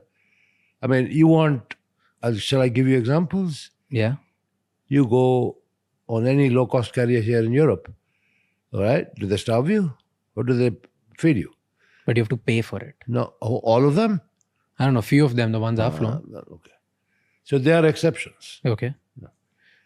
But that was the business, like that's what everybody talks about, right? You know, that's the problem. Lack of information and knowledge, and more importantly, no domain knowledge of the aviation industry leads to all sorts of speculation that makes no sense. So you tell us that does it make business sense to provide food and in-flight entertainment in a low-cost carrier where people don't care about it? Wait, our belief was Indians love food and love entertainment. That is for Kingfisher first, but not for Kingfisher Red. Kingfisher Red stands for Why? low-cost An carrier. in-flight entertainment system doesn't cost you money to operate every day. But still costs you a lot of money, which eventually will bleed your balance sheet. Really? I'm asking you, Well, not in our opinion. do you think that was the wrong decision? What? Just To acquire providing, Deccan? after acquiring Deccan, giving all the services of a full service carrier in a low cost carrier. The full service carrier part of it was very distinct from the so-called low cost carrier. At the end of the day, however you may refer to these business models, it's all about the price your customers are willing to pay and whether you can fill your planes. Simple. So your All models are academic and theoretical that really are irrelevant. but your critiques say that you were competing against other low cost carriers. Like? Like at that time, was it? I think Indigo started at that time, Oh, okay. and That's it. Spice started at that time. No. I think Spice. Spice was there on and off, Yeah. but Okay, so- more off than So on. you were competing with low cost carriers with their pricing, but you were providing something extra, and that's why your business model was bleeding more money than them. And you expected that this will turn into loyal customers, but the moment you increase price, people would not fly your flights. Was it? That's Was it true? That's what the critics say. They are all aviation experts. I have nothing to say. So where was the problem? Then if this was not the problem, then Well, what happened? The problem was the government. The problem was fairly and squarely the government. And they've made a lot of political hay out of this. When I used to write to Prime Minister Manmohan Singh, when I used to write to the civil aviation ministers, ministers of finance, the cost of crude, international crude, went to $140 a barrel. The price of aviation turbine fuel in India was directly related to the cost of international crude oil. So you can see that from an average of about $60 a barrel, crude oil went to $140 a barrel, with the resultant and equivalent increase in the price of aviation turbine fuel. The state governments levied an ad valorem sales tax on aviation turbine fuel. So you can yourself now begin to imagine the financial impact on the airline operating, where fuel costs are the single largest component of cost. So I pleaded, I said, look, please give aviation turbine fuel declared good status so that it attracts central sales tax and not this punitive ad valorem state sales tax, right? Because the states are making windfall profits. Anyway, that the government did not do. Okay. Aviation is regarded as a capital intensive industry, right? It's acknowledged as such worldwide, right? They would not permit foreign investment. It was said that only 6 months after Kingfisher Airlines shut, right, that they permitted Etihad to invest in jet. I had already reached agreement with the CEO of Etihad in Geneva for them to invest in Kingfisher, which government did not permit. So we could not capitalize the airline through a foreign investor either. Why didn't they allow? We should ask the government, right? So my point is the economy, the circumstances, the government policy then existing, all conspired to create a perfect storm through which Kingfisher could not survive. I mean, that's the sad part of it. If you talk about Kingfisher, the concept, and UB Group's diversification into aviation, I'll answer it in one sentence. The two biggest orders for aircraft in the world today are Air India and Indigo, both Indian carriers. The fastest growing aviation market in the world today is India. Now, if you yourself acknowledge that in 2008, Kingfisher was the largest airline with a 27% market share, had events not conspired against us, right? You can imagine where Kingfisher could potentially have been today. But sadly, not all businesses work out. Sometimes you win, sometimes you lose. While this, like 2008 turmoil happened, and you had your own challenges with Kingfisher, but there were good things in your life which were happening as well. One of them being sports. So you bought IPL team, RCB, Royal Challengers Bangalore. How did that happen? When did this idea come to you? Were you approached? You approached? What was it? Tell me everything about it. Well, I think I've already explained to you the concept behind building a personality for a brand, about communicating marketing ethos via sporting events, via music events, and various other forms that would be attractive to youngsters. I just acquired Shaw Wallace, and one of the biggest brands that I acquired was Royal Challenge whiskey. And I was thinking of ways and means of now taking Royal Challenge whiskey to the next level, which required a lot of marketing, innovation, thinking. And at the time the IPL was conceived, I was actually sitting on the BCCI committee as a representative of the Karnataka State Cricket Association. And I was very impressed with the pitch that Lalit Modi made to the BCCI committee about this league. And of course, he was working through jumping through the hoops. BCCI was quite bureaucratic at that time. But nevertheless, he called me one day and said, okay, fine, we're ready to go. Teams are going to be auctioned. Are you going to buy?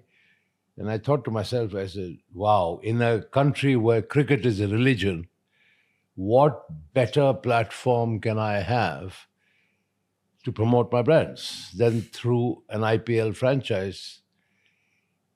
And I got greedy. I wanted one for Kingfisher and one for Royal Challenge, my whiskey brand. Okay. He said, no, you cannot possibly have two. You can only have one. Anyway, bidding time came. And I think I was pretty excited about having an IPL team to promote one of my brands. And so I bid for 3 franchises. Okay. I lost Mumbai by a very small amount of money, but then that's not surprising that Ambani's got it. Yeah. But anyway, I wound up being the highest bidder for 3. And I had to choose one. So I obviously chose Bangalore. And it then was natural that it would be Royal Challengers Bangalore because the whiskey was Royal Challenge. And that's how RCB was born. But it was not a business. It was not for the love of cricket. It was more like a business decision that it will help my brands. Or was it both? This is it. The media narrative will be, well, vanity project. Vijay Mallya loves cricket. He wanted to buy his own team. Yeah. Flamboyance. The usual narrative about me. But the sole purpose always was promotion of the Royal Challenge whiskey brand. So it was very much business driven. And that's why it was called Royal Challengers. But did it help after Oh, that? massively. The whiskey sales went up? Massively. Massively. And of course, I mean, quite apart from it doing its job to promote the whiskey brand, the IPL franchise model itself, as explained in great detail by Lalit, and which is true now, is that the revenues, the media revenues are so high, the payment of the franchise fee over 10 years is over. So now there's a significant net profit for every franchisee. It's like a very profitable running independent business. So much so for it being a vanity project. How much did you buy it for? I think $112 million is what I bid. And that time it would be like 600-700 crores or more than that. Yeah, I think, but Lalit was clever. Everything was denominated in dollars. The bid price was. Okay. So I think 112 million, which of course people balked at that time. But, you know, in hindsight, if you look at it and do the math, it was a top class investment. I mean, look at what the teams are worth today. Yeah. I mean, they're worth $1 billion. You know, one thing which was exciting in your pitch, in your bid for RCB was Virat Kohli. I Virat picked Kohli, Virat.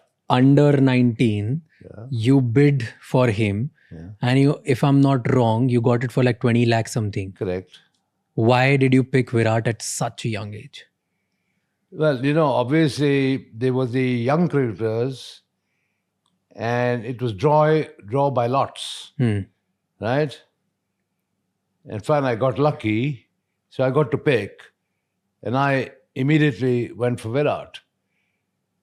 You know, I mean, I looked just, I think, shortly before the actual selection process.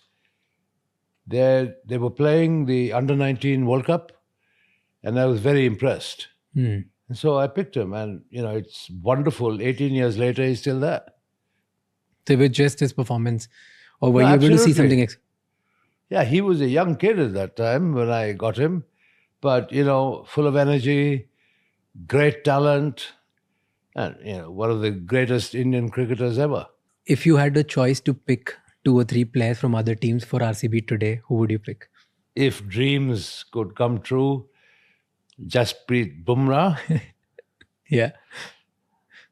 If dreams could come true, Surya Kumar Yadav, Rishabh Pant, and KL Rahul. If I had these 4, I wouldn't need anybody else, and would definitely win the trophy. And do you think this year, even when you don't have these 4, you would The RCB win the lineup, trophy this year? the RCB lineup is pretty balanced. Top class batting lineup, a much improved bowling lineup. I haven't seen Bhuvneshwar Kumar play in RCB colours yet, but, you know, he's a top class bowler. But as a unit, I can say it's a pretty balanced unit. And now it all depends on on-field performance. You know, this year the captain, Rajat, he's from my city. He's from my neighborhood. Oh, like he was literally like 2 houses away from my house. Rajat Patidar. So this year, even though I support Mumbai, but this year I'm still voting for RCB. Okay. And I'm like, okay, let Rajat win the trophy. Okay, but it occurs to me that RCB never winning the cup has actually worked in the RCB favor. Do you think so? in what way? In cult following. No, like, no. Even You though see- you guys have, like, the RCB has never won. You see, that is because the day RCB was conceived. Hmm. We have had a comprehensive program of fan engagement. Okay. Right? We've had event. I mean, the IPL window is 2 months. Well, we have had activation programs stretching over all 12 months to keep the RCB fans engaged. So it is once again a clear-cut marketing strategy and fan engagement strategy, which has worked. That's why we have such extreme loyalty that win or lose, the chant of RCB is always there. Give me an example of the marketing trick you There's have. so many. I mean, you watch the activations of RCB. Longevity, right? You remember Ooh la la la le le oh? Yeah. Remember? Yeah. Ooh la la la la la. Yeah. When was this conceived? You don't know. Well, let me tell you. 1996 World Cup of cricket. The Kingfisher West Indies cricket team. Now, back in 1996, I put the Kingfisher logo on the West Indies, not Indian, cricket team. Okay? And because why? The personalities of the West Indian cricketers. Fun, dancing, music, their entire swagger that suited the Kingfisher brand. That was when the jingle was conceived, which lives on till today in 2025. Yeah. Wow. It was conceived before I was born. And I still remember it. So you have been king of marketing. You have done so many marketing gigs, right? Was the Formula One also a marketing stint for Kingfisher? See, I told you earlier that I've always had racing in my blood. I've always loved racing cars. I was then involved with the motorsports clubs in India. I was chairman of the Federation of Motorsports Clubs of India for many years. And the job of the Federation was basically to promote motorsports in India. Now, for anybody who is into motor racing, the absolute pinnacle of motorsport in the world is Formula One. Right? Now, what is Formula One all around? The image of Formula One, big box, glamour,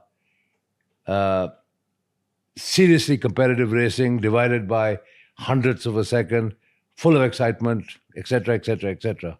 All the attributes I have employed in different ways for my brands. And plus being a motor racing enthusiast, right? It was a dream to have a team on the F1 grid. So when the opportunity presented itself, I did it. Right? I did it. Now, I named it Force India. I could have easily named it Mallya Formula One, like Williams Formula One, for instance. Right? Why did you keep Force One? Because I wanted the Indian flag to be on the grid. I wanted the world to know that the team with roots in India of all countries was at the pinnacle of motorsport. And that is why I called it Force India. And I had the tricolor on the car. Of course, I also used the platform to advertise my brands. Yeah. Okay, including Royal Challenge, whiskey, White and Mackay, which we owned at that time, Kingfisher, then the airline. So the car, the livery of the car and all the merchandise around Formula One had a lot of our brands on it for promotional purposes. But the core reason was to put an Indian Formula One team on the grid. But you invested quite a lot of money on it, right? Sure I did. I mean, Formula One's not cheap. Do you think that was a bad decision? No, in hindsight, I wouldn't do anything different. Why not? Why not? Because you had to sell it, right? And I think a lot of accusations are for the same brand. Whose accusations about what? That you use Kingfisher money for Formula One and nobody talks about it. Nobody talks about that. Have you spoken about it before and still people don't? Never. Why should I? As I told you, I don't want to waste my time correcting the barrage of narratives coming from legacy media. But then you sold Force One. Yes, Force One became Racing Point. Yes. And You Racing sold it to Point Lawrence now Stroll, right? is Aston Martin Formula One. Yeah. Why did you sell it to Lawrence? I had to at that time because of my worldwide freezing orders and the troubles that Sahara was going through and so on and so forth. So, at the end of the day, I would have definitely kept it, but it was not to be. So fine, you move on in life. But I had 10 years of the Indian flag on the Formula One grid. Talking about another marketing stint, because there was cricket, there was Formula One, there was Kingfisher calendar. It was so highly talked about. What was the story behind Kingfisher calendar? Atul Kasbekar came to me and said, fine, there's a Pirelli calendar. Why can't we create a similar property for Kingfisher? Absolutely. And so we said, fine, we'll have the Kingfisher swimsuit calendar. We couldn't go sort of kind of all the way that Pirelli might have been able to, given the social considerations in India and so on and so forth. But I think we produced a product that everybody demanded. I mean, even today, I get SMSs from people, where's my calendar? So it was highly sought after. And once again, we had events around it. We had the national hunt for the Kingfisher girl. That was national. So we broad-based it. And we chose models through a national hunt. And then, of course, we'd have events around the calendar, shooting the calendar, and then launching the calendar, all of which was consistent with the brand positioning and marketing strategy of Kingfisher. And why do you think that girls who became or who landed on the calendar, their careers skyrocketed? Well, because we chose the right girls. I mean, whether it was Deepika Padukone, whether it was Katrina Kaif, I mean, we had all the heroines and the stars on the calendar in their younger days. But they were not stars back then. No, They were became not, after. but we picked well. We picked the right talent. Did you also help them after the calendar, or it was just the engagement was They only till then? came with the calendar and that was it. I did it because it was a fantastic marketing tool. Didn't bring anything to me personally, but it did wonders for the brand. The same thing with the McDowell marketing campaigns, right? Okay. Talking about fast cars, I've always been passionate about cars. Right? And I have owned good cars, but not a fleet of them.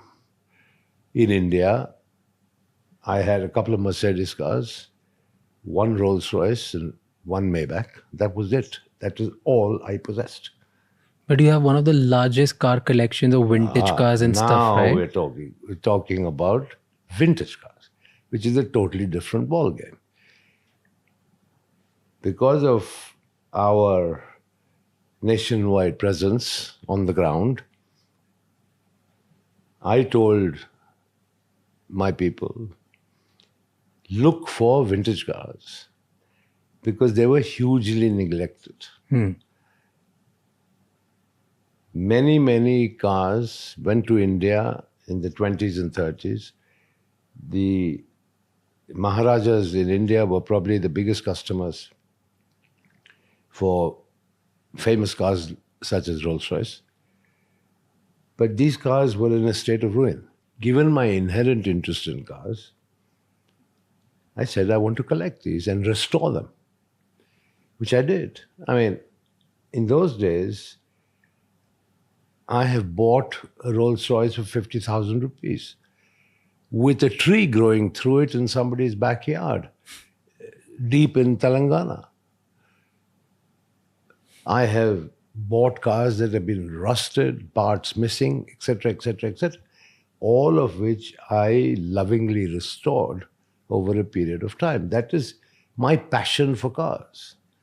And those cars still exist. Of course, you can't export them because that's a Government of India policy. So they are in India.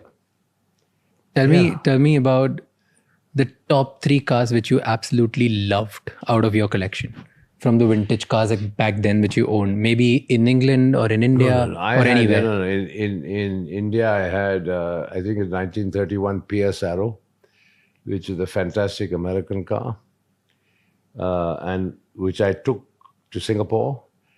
I entered Singapore to Malaysia rally and won it.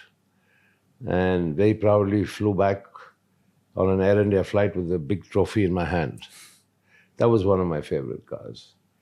I have a Rolls-Royce Silver Ghost that was supposedly owned by the Nizam of Hyderabad with a very unique body on it. That's a special car. I have, I think, a 1903 Darracq, which looks more like a horse-drawn carriage. It's French, with a single-cylinder engine, still runs. So yeah, these were some of the unique ones which were personal favorites, let's put it that way. What's the most ridiculously expensive thing you've bought in your life? I mean, it depends what. I mean, you're talking about a car, you're talking about painting, you're talking about property. Give me example of one each. No, I mean, look, I have a family trust set up by my father that, has acquired various properties in different parts of the world.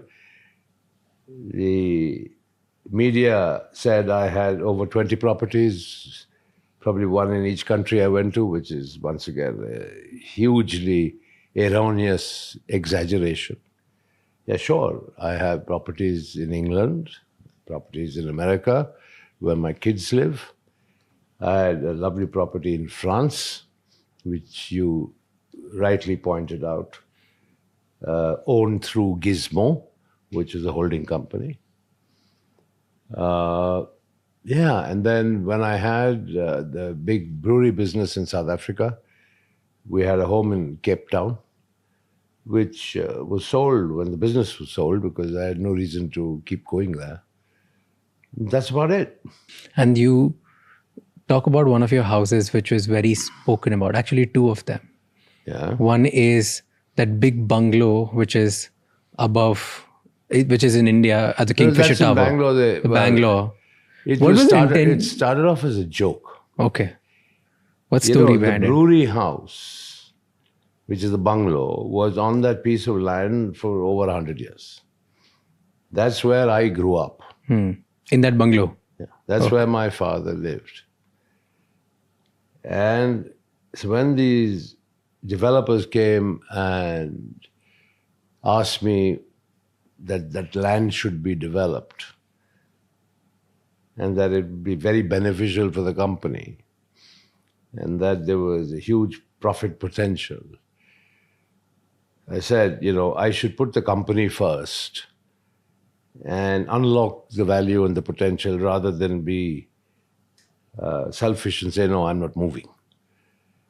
So in a joking way, I said to Irfan Razak of Prestige, very dear friend of mine, top man, I said, Irfan bhai, if you lift this building and put it on top of the tower you want to build, I'll agree.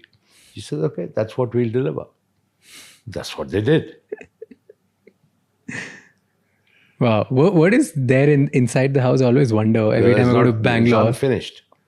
It's unfinished because it's embroiled in this UBHL liquidation controversy right now. But, given that the banks are settled, and I think UBHL should come out of liquidation and be restored to its shareholders, which is what I'm working on now. Was this also a reason why, because you marketed so well and you marketed at the place or with the tools which were very, very public in nature, very loud in nature, there was a line which I read in a newspaper which said, you are a showman and your father was a businessman. Is that why people misunderstand you? Because of the nature of your... My father was a businessman. And I really am not concerned about being referred to as a showman, because the showman created the world's largest alcoholic beverage company, which my father, as a businessman, would have loved to see. Do you think your father, if he was here with you, things would have been different for you? You would not land in this? Absolutely not. Absolutely not. I mean, if you see what I've been through, it's illogical. It is a sustained campaign and a sustained attack on the government's favorite poster boy. Right? Now, whether my dad was around or not would not change Anything. what has been attempted and what is being done. Till now, the government officially recognizing and admitting that 14,100 crores has been recovered. Okay, let's go to point where, when we were talking about earlier about the Kingfisher turmoil, you said you went to the FM back then, which was Pranav Mukherjee sir. What happened after that meeting? He said that banks will support you. Yeah. Is that the reason why a government bank supported you? This was not one government bank, it was a group of about 15 or 16 government banks. Kingfisher Airlines never borrowed any money from State Bank of India. Just to set the record straight. Okay. State Bank of India was a lender to Deccan. When Kingfisher and Deccan merged, State Bank of India became a lender to Kingfisher Airlines. But it started with Deccan. So like that, there were a group of banks from whom Kingfisher had borrowed money, a group of banks from whom Deccan had borrowed money, and then they got combined into one entity when Deccan and Kingfisher merged. Right? Yes, there were times when the sort of support from the finance minister at that time meant that, when I presented to various banks, including State Bank, that, the airline needed money, they would recognize our financial needs, appraise them correctly through State Bank of India capital markets, and then sanction loans, even though the credit worthiness of Kingfisher Airlines may have been short of norms. To that extent, I'm grateful, yes. But then, I did my bit as well. I put in 3,000 crores of UB Group's money into Kingfisher Airlines. You're talking to me about allegations of siphoning. You're talking to me about allegations of misusing Kingfisher Airline funds from my lifestyle for Formula One. Nobody ever talks about the 3,000 crores I infused in cash into Kingfisher Airlines to keep it afloat. My good friend and, probably the most successful lady entrepreneur I've known, she's like a sister to me, Kiran Mazumdar, has often said publicly that Vijay put everything on the line for Kingfisher. I did. But that's not appreciated. That is not appreciated. That's sad. But let the narrative be what it is. See, you put everything you had into reviving Kingfisher Airlines because you believed in the vision. Yeah. Right? But at the time when you asked loans, the company was not doing that great. Correct. Right? So you still got loan from the consortium of 17 banks. Correct. The reason was they believed in your vision, or the reason that they were influenced by the government to give you the loan? Yeah. They believed in the vision. They did their own appraisals, right? And please never forget, I gave my personal guarantee. And United Breweries Holdings Limited also gave its personal guarantee. If anybody had, bad intentions, if anybody had intentions to divert money, siphon money, steal money, would anybody put themselves on a line with a personal guarantee? Think about it. So all this narrative of चोर कभी अपना personal guarantee देता है क्या?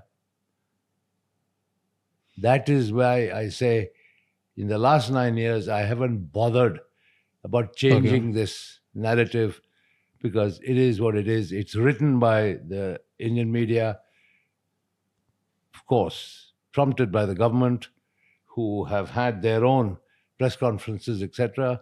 I mean, Sambit Patra, the BJP spokesman, called a press conference and bandied around in front of the Indian media letters that I had written to Prime Minister Manmohan Singh, trying to establish a nexus, right, between me and the Prime Minister and alleging some sort of wrongdoing by the then Congress Prime Minister. I mean, one could see through the political rhetoric straight away. I mean, why wouldn't any Indian citizen write to the Prime Minister for help? Fair. Because But- I never asked for money. I asked only for policy changes. Let's go to the series of events. After this, what happened? What happened? So, I'm quoting just pure research. Okay? Of Voting whom? quoting pure research of what's out there Yeah. on all the newspapers. No? So you got a loan from banks, and usually the normal nature of providing such big loans is people give you this kind of loan against collateral.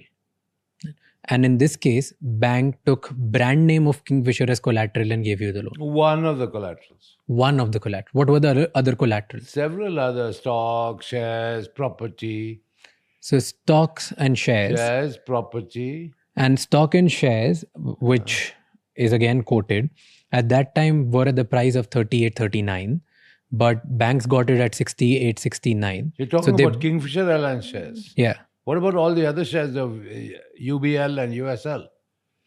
Nobody talks about that. But Where do you think they got this 14,000 crores from?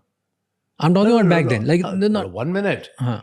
They have sold assets and realized 14,100 crores. Yeah. A large part of which were my shares. So you have only focused on brand value. You've forgotten about the shares. No, I'm I talking about never shares. suggested, wait a minute, I never suggested that the brand value would generate 14,000 crores. My shares that were pledged did. So there's your answer to all this narrative. So you're saying that. I'm not saying it's fact. No, so the facts are, which you are quoting, is they took shares of Kingfisher Airlines at the double price because they were also getting shares of UB. That's why there was some kind of negotiation which was played on. No, it's a multiple basket of securities. But still, why would a bank Because the pay media- twice the share price? Look, nobody dreams up a share value. Okay, there were professional merchant bankers, including State Bank of India capital markets involved. They arrived at a share value. The part of the loan package was that Kingfisher's shares in the airline itself needed to be pledged to the banks. But that was all not the only pledge. It was part of a basket. But then the media chose to focus only on that. So I would like to ask the legacy media, where did the 14,000 crores come from? But you made such a hullabaloo about share price of Kingfisher Airlines. Now you see. Now do you see how people pick and choose to discredit you? Isn't it pretty evident? Okay. So then this happened. Again, a business decision by banks. They did everything. There was no influence involved. It was pure play business decision You by a should bank ask between them- you and the banks. You should ask them this question: you lent the money, on what basis you lend the money? They should answer the question. I'm the receiver. First of all, and let me clarify here, when you keep saying you borrowed, I never borrowed one naya paisa. Vijay Mallya has never borrowed a single rupee from anybody ever. It was Kingfisher Airlines, the running company, that borrowed. I was a guarantor. Please, there's a big difference. And then the money came in. But you still Kingfisher Airlines was still bleeding. Whatever the case may be, I Yeah. also put 3,000 crores. You put in 3,000 Yeah. crores, you put in everything, and you tried to revive it. And then one series of events happened where there was a non-payment of the oil bills, and that's why the oil companies started asking you for advance money, and that shaked you a little bit more. But yeah, the working capital cycle got disrupted. It's natural. Then there was another series of events that Kingfisher Airlines was not able to pay the airport fees, the landing charges. Listen, when a company goes through a cash flow issue, it affects everybody. Yeah. You cannot isolate one particular creditor or vendor. No, so I'm coming If to there's something. a cash shortage, okay, it's across the board. So across the board, then there were catering companies which were affected. Whoever. There was no food. Everybody. After one by one, there was non-payment of certain things, cash flow issue. Did you, at any point, did you think that this is not going to work? You were still pushing. You were still trying to push it. I was pushing in the hope that the foreign investment that I had already negotiated was going to fructify, which I had already agreed, right, with James Hogan. But the permission never came. It was sad, and I guess my misfortune, that 6 months after Kingfisher collapsed in October 2012, that the same Etihad was granted permission to invest in Jet Airways. Okay. Then another thing happened. Okay. So you were expecting all of this would happen. You asked your people, your staff, your employees to wait that the money will come in. Yeah. But they were not paid. The staff was not paid. Sadly, no. Right? But there's again a statement that your international employees were getting paid. Indian employees were not. And the reason is that because internationally you would have held accountable, in India you could get away with anything. Was that the reason? I didn't know that. But why were you paying international employees and not your? It's very simple. The money was available through ticket collections in England. Because money was available, staff salaries were paid. In India, the High Court of Karnataka had frozen over 260 crores worth of cash. Okay, now I'd like to focus on this non-payment of salaries. There has been a hell of a lot spoken about it, all right? Which has pained me no end. It has seriously pained me. In my track record as chairman of UB Group, I would ask anyone to check on how I cared for my employees. I was proud of the care that I gave to my employees.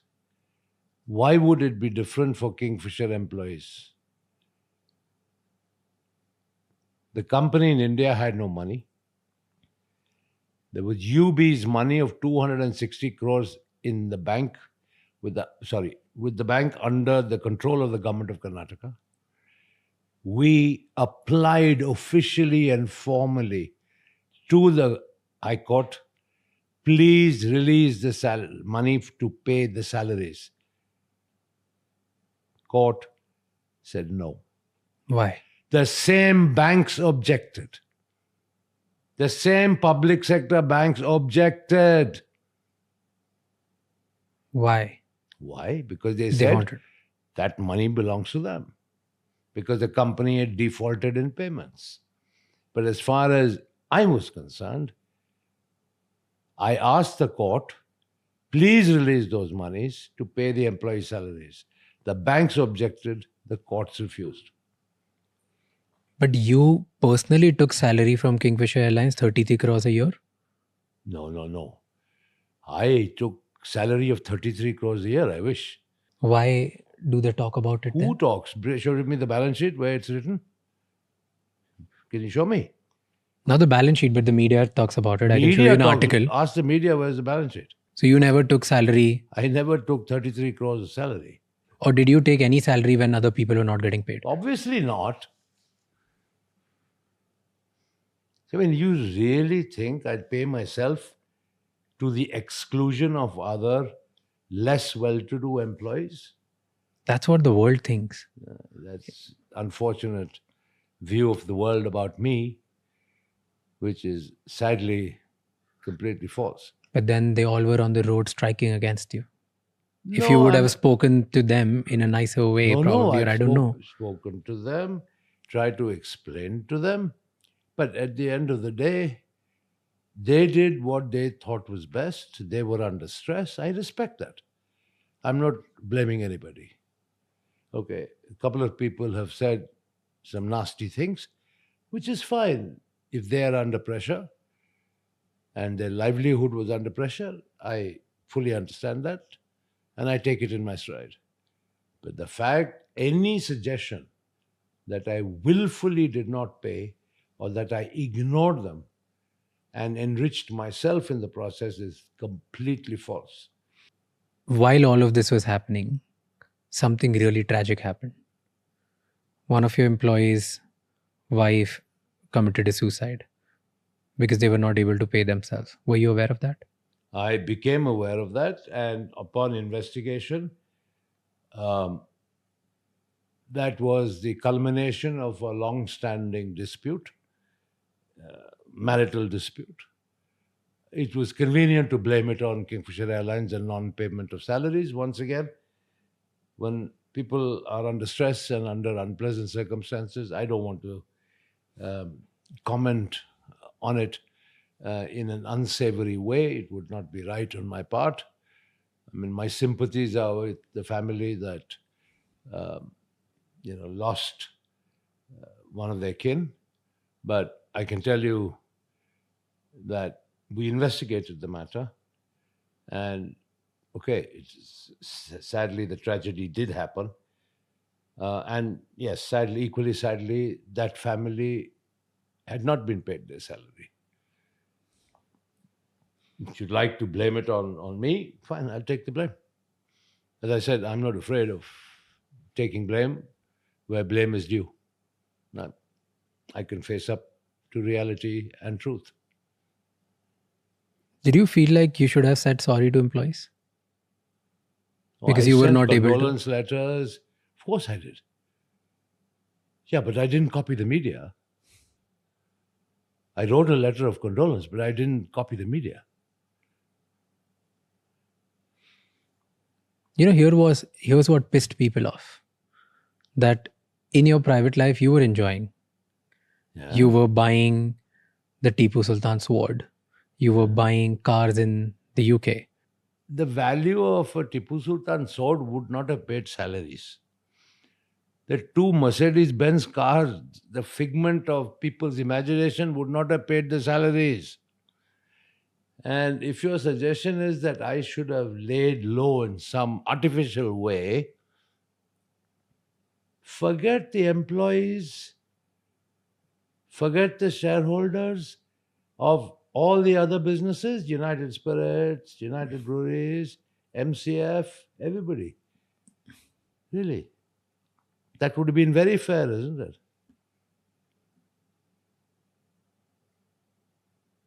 And behave in a manner where my only asset and liability in life was Kingfisher Airlines. I had nothing else. That's the way I should have behaved, right? What about the salaries of the other employees of the other group companies? What about the shareholders of those companies? What about the future of those companies and the management of those companies? So sadly, if one company fails, is it your suggestion that the whole group must fail? No, definitely not. Okay. Everybody loves to talk about the failure of Kingfisher Airlines, and of course, pin me, the blame on me personally. Forget about everything else. It is Vijay Mallya's failure, Vijay Mallya ka chori, Vijay Mallya ka fraud. Everything is Vijay Mallya. Fine. What about United Spirits Limited, United Breweries Limited?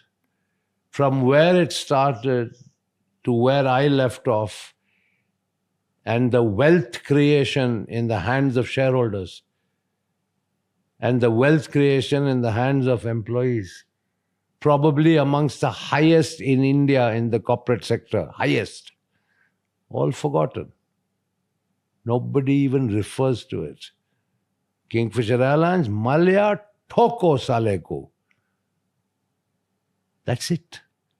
The narrative begins there, ends there. Do you think if you would have done things differently, probably this side of you would have been more celebrated than the side which has gotten... Once the media started, beginning with one particular channel whose anchor is known, right, to shout the house down, right? What did I start by saying? Vijay Mallya, I want to see you eating jail food. Vijay Mallya, I want to see you in jail clothes, etc., etc. Started from there. Everybody had to jump on the bandwagon. I think in the same time, because we're talking about events, somebody mentioned that you took out 35 million euros and invested in buying properties in France. Rubbish. With some dummy company called, I think, Gizmo Holding or something like that. Tell me, if I had siphoned Kingfisher Airlines money to such an extent, as people suggest, how would the airline run? On the bank's own admission, on the Debt Recovery Tribunal's own admission, 4,999 crores was the debt. Right? Yeah. Rest is all interest. ठीक है ना? The suggestions are that I have stolen or misused most of that or all of it. How would the airline fly?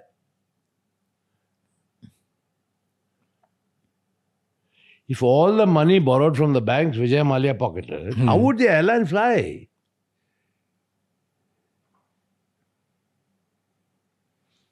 See, so all these allegations and false narratives being painted by people, if you analyze them, they make no sense.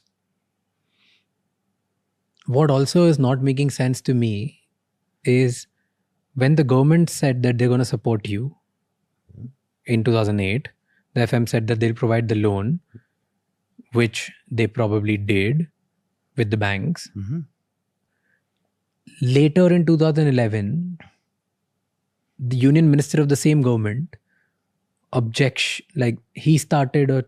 they started objecting that you were not paying even taxes. 150 crore was pending and they started putting you in the public eye. But they were arrears. Nobody is disputing that. But compare my arrears with Air India's arrears. Air India's arrears were probably 10 times that of Kingfisher Airlines. That was because of the stress of the aviation sector. And why did Air India didn't get anything and you got everything? Every little scrutiny happened with you if Air India was in trouble more than you, which actually was the case. It's a fact. Yeah, it's a fact. They were in a more daunting situation than yours, like the airline. Yeah, but all the focus was only Kingfisher. Why?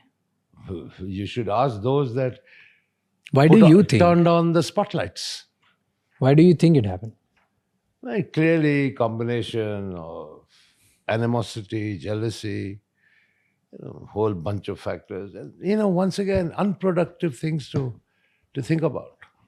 In life, think positive. Come on, it costed you a whole life in India. You must have thought about it hundreds of times. No, I'm not. In any case, since 1988, I've been going to India for less than 180 days in a year. All my 3 children are American citizens. All have lived outside India, never in India. My mother has been in this country for over 30 years. What do I go back to? Of course, I will get the most ceremonial welcome by the Indian media. Of course, sure I will. My goodness, it will be headlines of every single newspaper. Okay, so 2012, the airline got suspended. Non-payment of multiple things, working capital, cash flow, everything got really, really bad for you. Right? And then the big bash happened, the birthday party, which is often talked about in 2015. Go ahead. What happened between 2012 and 2015 with this case? What happened? I'm asking you, what happened during? What happened? Did In everybody what sense forgot? what? Did everybody, like, they were not bothered about Kingfisher Airlines, or what the cases were going on? Of course, everything was going on. Nothing stopped. Nothing stopped. Because people don't talk about that often. What happened? Like, what was going on? Nothing was going on. That's when the willful defaulter and all that. You know what the willful defaulter is all about, right? Tell me what is The about. banks call a willful defaulter of somebody who has the money but won't pay. Yeah. That's called a willful defaulter. Yeah. Right. I made 4 settlement offers to the banks. Between 2012 to 2015? Yes. Which they refused to accept. That nobody knows. What was the settlement that you were offering? So many settlement offers, including before the court. Right. So it was always the intention to settle. I flew through Hyderabad and met the chairperson of the State Bank of India at their training academy in Hyderabad and offered a settlement. It was always my intention to settle. Never did I say I'm not going to pay. And why do you think they didn't accept it? They wanted 14,100 crores. That's why they didn't accept it then. They didn't want your 5,000 crore because they were expecting it to go up. Like the sale of your assets will be much higher than... Whatever. Is that? Yeah. Had they accepted my offers, they would have got 5,000 crores. Today they've got 14,100 crores. But is there any proof do you have where you offered them settlement and they didn't accept from 2012 Take out to the records 2015? of the Supreme Court of India. The proof. What better proof than the records of the Supreme Court of India? Public documents.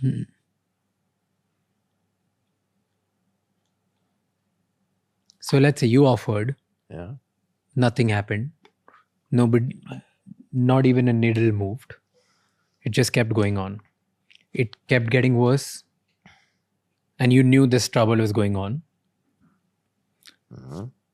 And in 2015, apparently, according to the media, this is where things went down, where you had a grand birthday party, your 60th birthday party, 18 December 2015, right? Correct? What happened in that party? Nothing. It was a party that, normal party that I had. And I've had so many of them over the years. Do you think you shouldn't have done that party or made it so public? But why?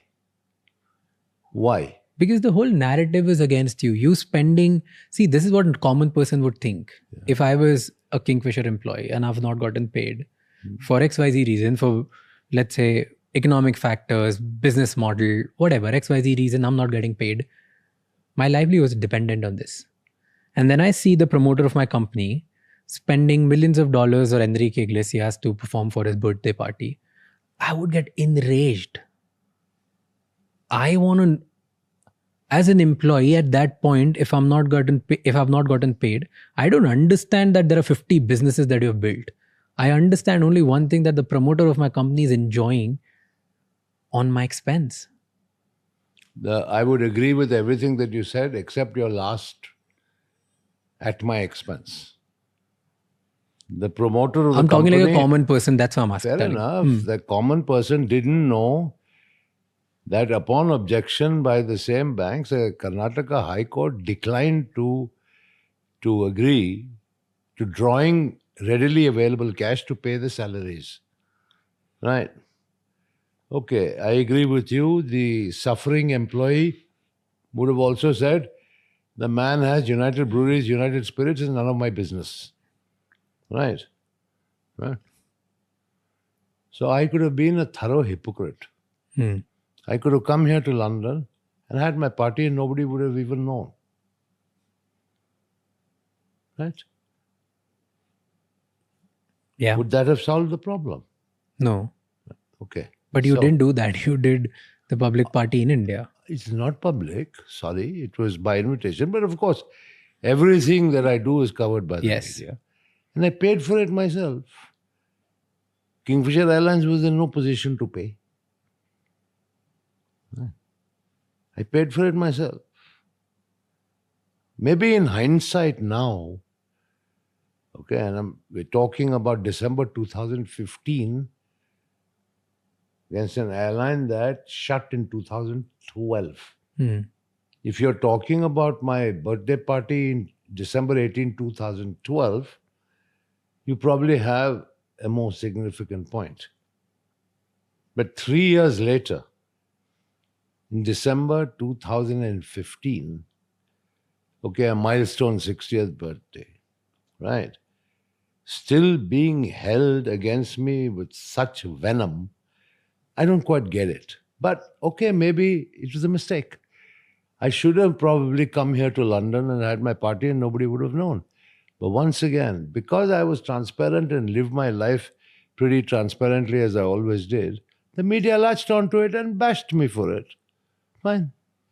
So everything in the last 10 or 15 minutes, maybe more, that you are questioning me on are Indian media generated comments and narratives.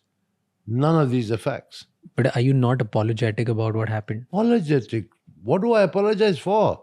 For only to the only for the employees of that business, for no one else. After putting 3,000 crores of my own money into the business, I need to apologize. You've been wronged, but so have your employees of Kingfisher. What would you say to them who lost their jobs, who still hold angst against you? If you were directly just talking to them and not me, what would you tell them? I would say I'm deeply sorry for what happened to them. I would say I'm deeply sorry that some of them didn't get paid their salaries. I have no excuses to offer. I take full responsibility. But for those who care to listen, there was money lying in deposit with the Karnataka High Court. I specifically applied to court to pay the salaries of Kingfisher Airlines staff. The banks objected and the court refused the permission. There was really nothing I could do beyond that. And what would you tell those employees who are still questioning that, hey, we were in trouble and you tried everything to get that money from the court, but it didn't help? Then why did you go out and party like a king on your 60th birthday when we were suffering? We need to look at the timeline here. Kingfisher Airlines shut down in 2012. My 60th birthday was in December 2015. Right? There was nothing I could do in the interim to find money to pay the staff in particular, because any money that could have been infused theoretically would have been taken by the banks because all the assets were frozen. Did your legal advise you not to pay? Absolutely not. I told my legal advisors to find every single avenue to pay. And it didn't work. They couldn't find a way. But ultimately, because of the freezing, all the money was lying under the control of the court. So we couldn't touch the money. And every penny that you would have infused just for their intention to pay your employees would have still gotten frozen. You see, the court order did not differentiate between employees and general corporate purposes. Any money in the account of the airline was frozen. Frozen by the banks, frozen by tax department, frozen by service tax. Everything was frozen. The chunk of available cash was with the court, and that was actually cash of UBHL, not Kingfisher Airlines cash, of United Breweries Holdings Limited, one of the co-guarantors.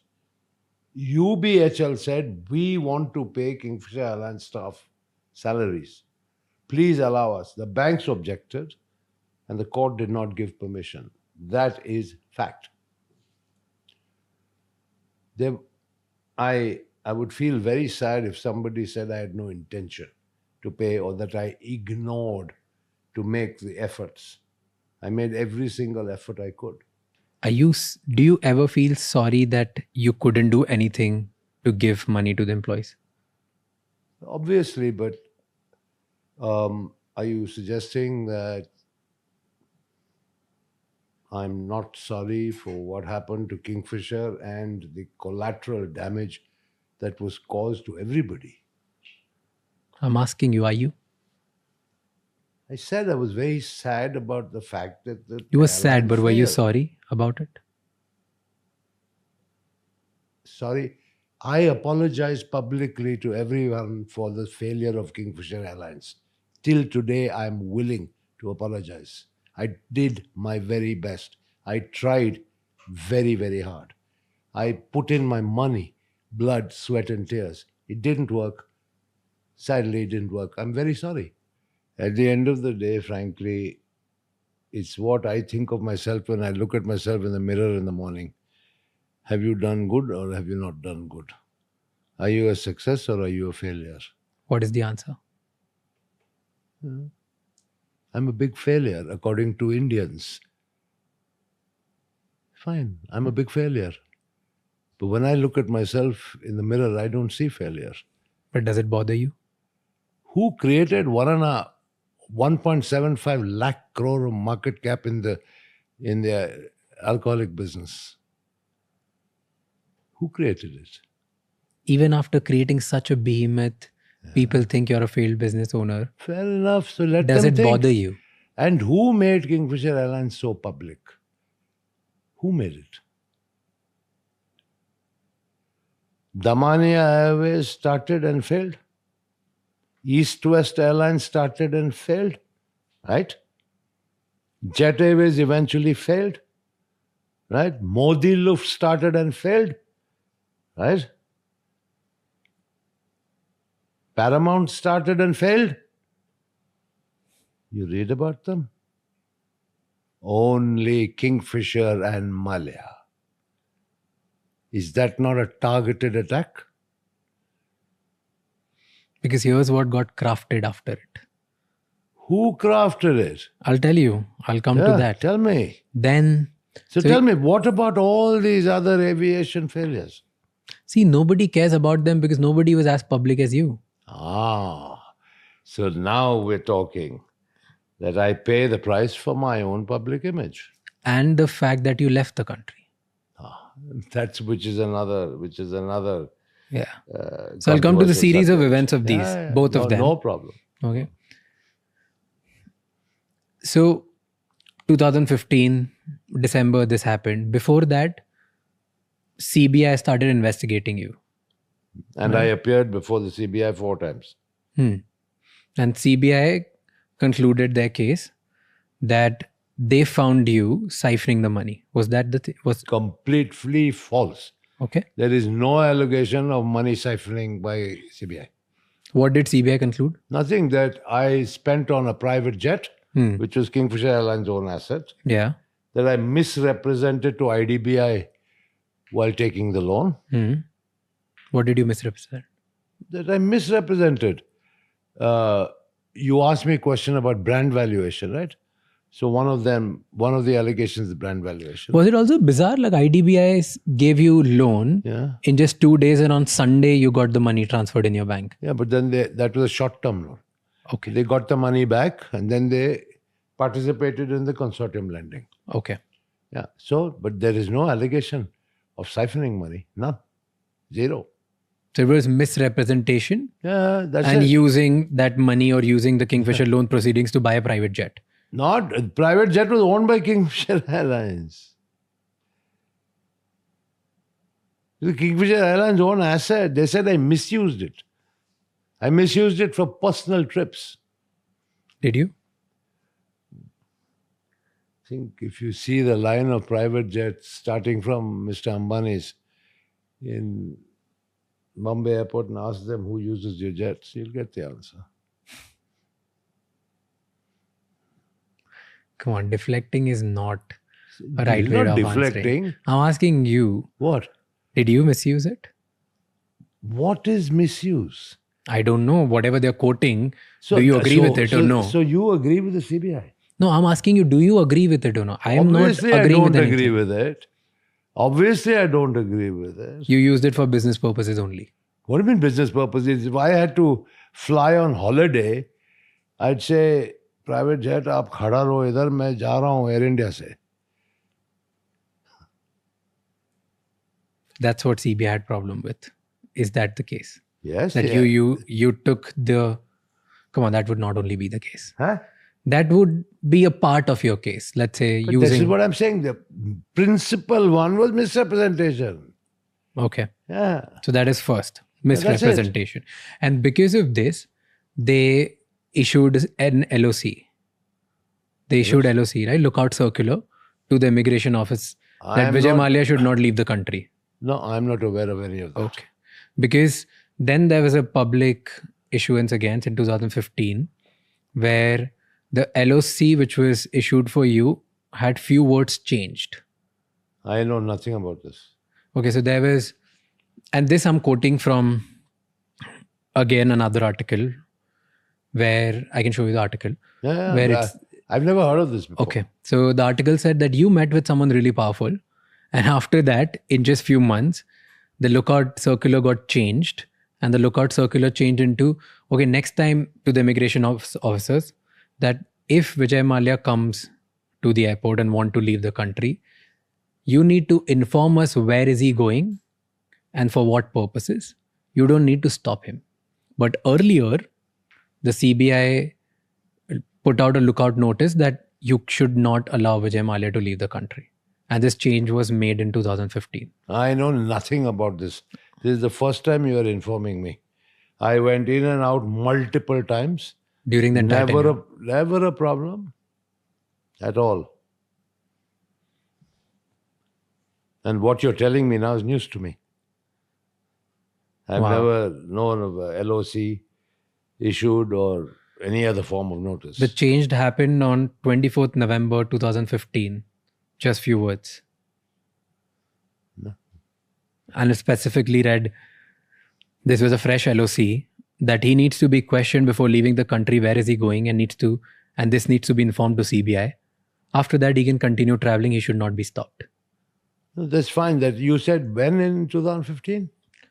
24th November 2015, a fresh LOC was And before that? circulated. Before that, there was just, I don't have the I must exact have date. gone in 4 times before that. Oh, So then, where's the LOC?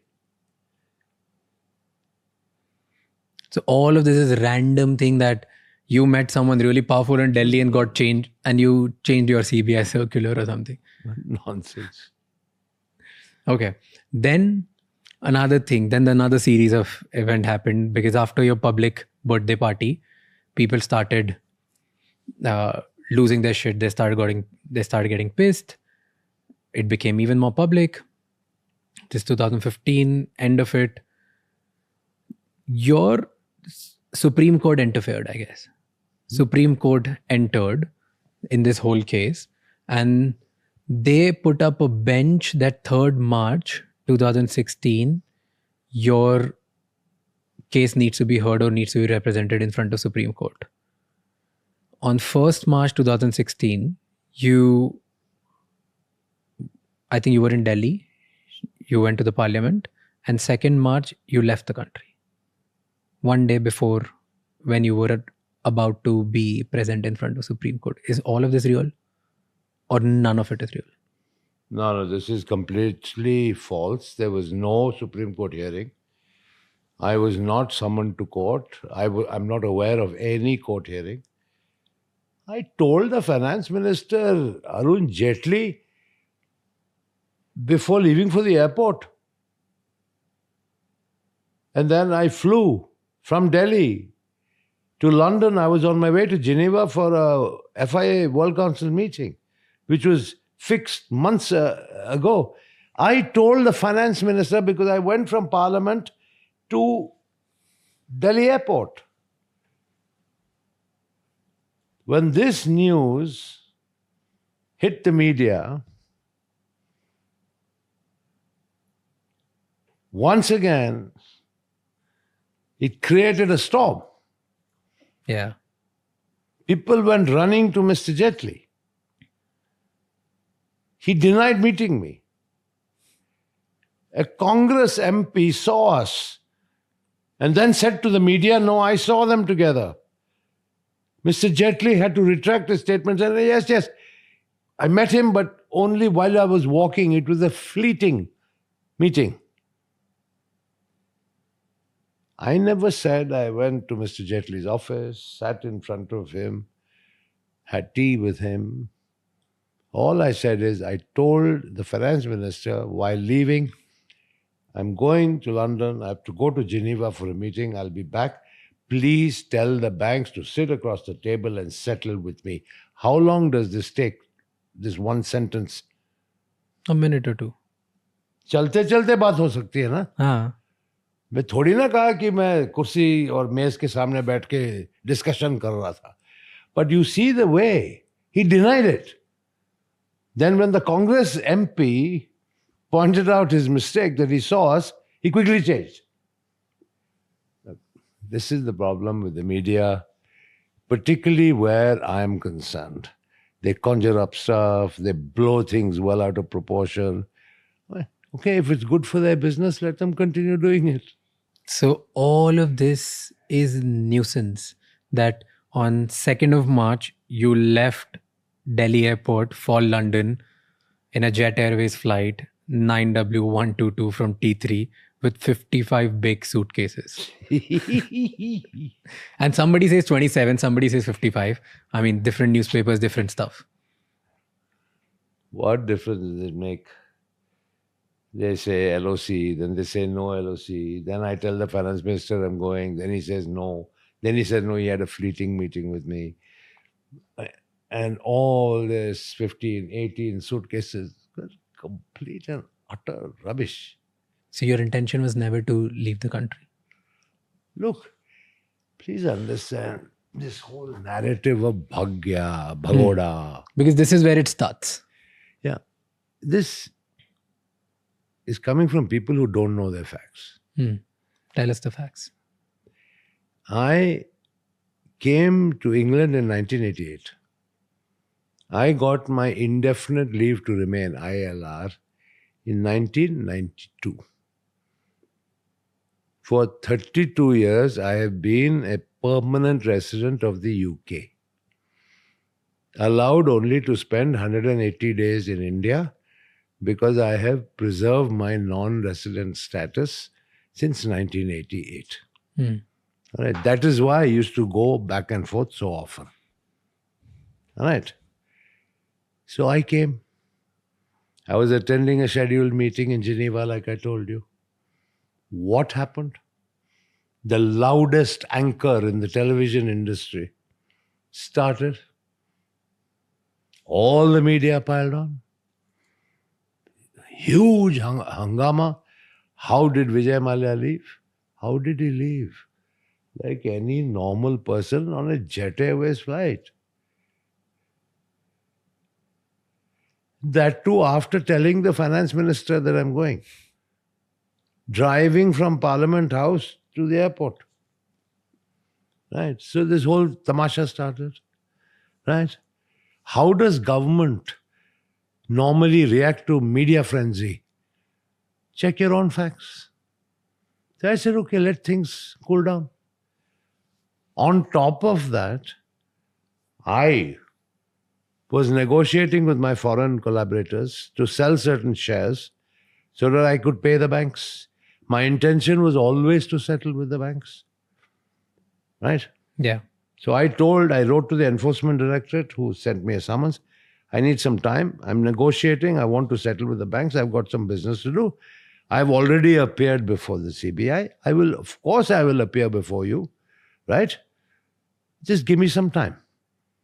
What happened in the meantime? They revoked my passport. Revoked it. When? When was this revoking? 2016. Oh, right before you left. Before. Right after you left. Yeah. Passport gone. How to travel?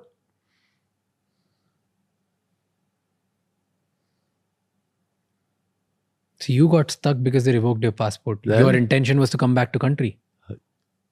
Many things may have been different, no? But your intention was But always without a passport, where do you go? nowhere. Oh, correct. Because you were a British citizen, Not citizen, permanent resident. permanent resident. I kept my Indian passport because I was a member of parliament, Okay. which I could not be a member of parliament had I not been an Indian citizen.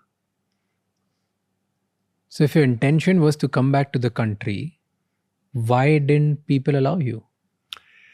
Look, that you should ask the people. Why should I sit and speculate?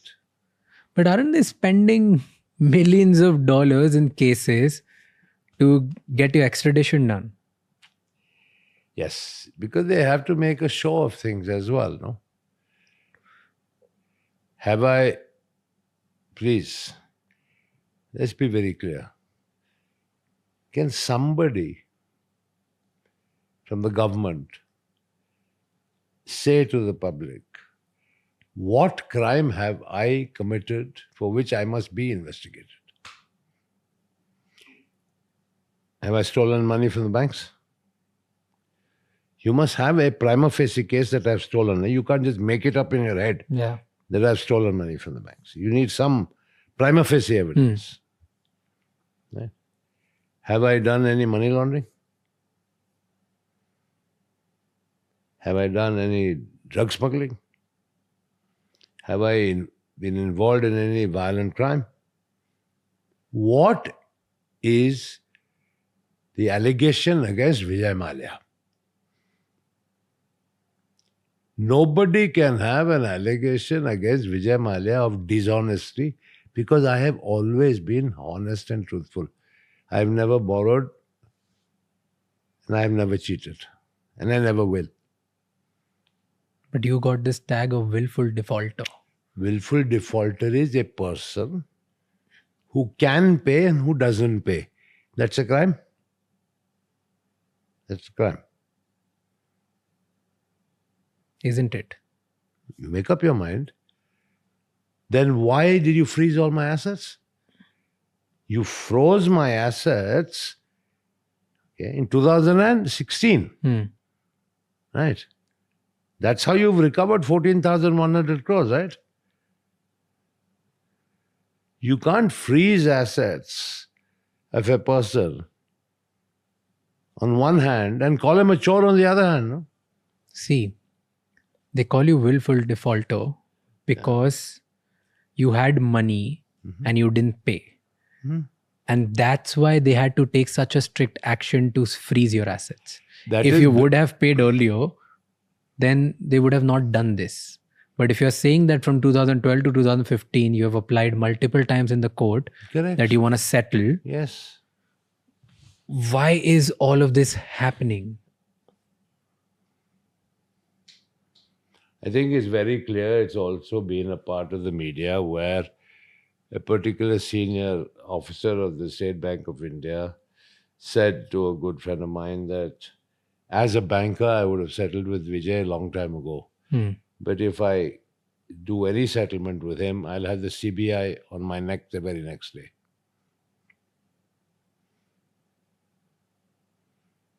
And why do you think CBI has to do all of these things? Because technically banks, you're saying Isn't banks the want CBI 14,000 crores. Isn't the CBI called a caged parrot? But then banks ultimately want 14,000 crore. So they don't want anything to happen. Why would bank want to settle you? Who knows? If you go to the banks today, they may tell you, I owe even more money. Tell me real numbers. Because somewhere it's written 9,000 crore, somewhere it's written... There is no 9,000, that is all imagination. 6203 is the real number. judgment debt. 6203, 6,203. And you have been vocal about it. I was going through your tweets. Publicly, you have been very vocal about that. hey, I want to pay, come talk to me. Hey, I want to settle. There are multiple times you've just said it. I've shown you letters I've written to the banks. Nothing. We cannot engage with you. Period. Right? You were part of the parliament. Mhm. And you were influential, you had money, you were powerful. You could do nothing about all of this. What went wrong? That probably is the cause of everything that followed. Who do you make a poster boy? Somebody who is insignificant, is it? Well, why would If they you want want to, if you want to make an example of somebody, who do you make an example of? A visible person or an invisible person? Definitely a visible person. Correct. So there you've got the answer. But why would they want to make an example out of you when you were ready to settle? It was just a business failure in your terms. It suits you, to reject a settlement offer and to continue to claim that amounts are due to the banks and therefore you're a defaulter and therefore we are going to hound you and chase you. It suits the narrative. Today in India, business failure means fraud.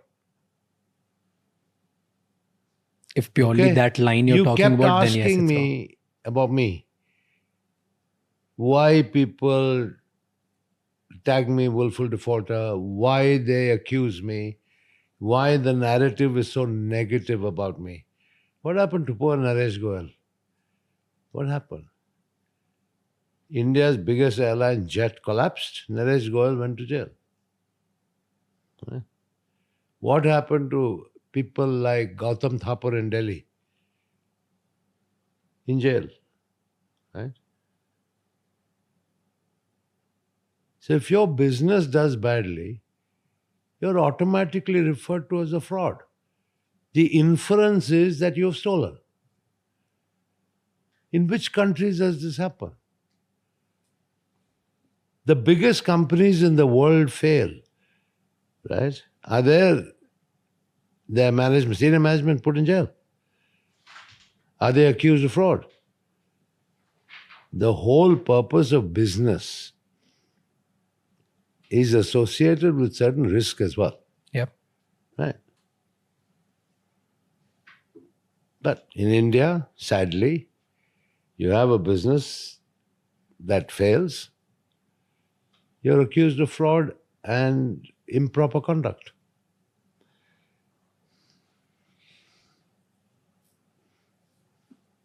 And people say, and the government and the agencies, that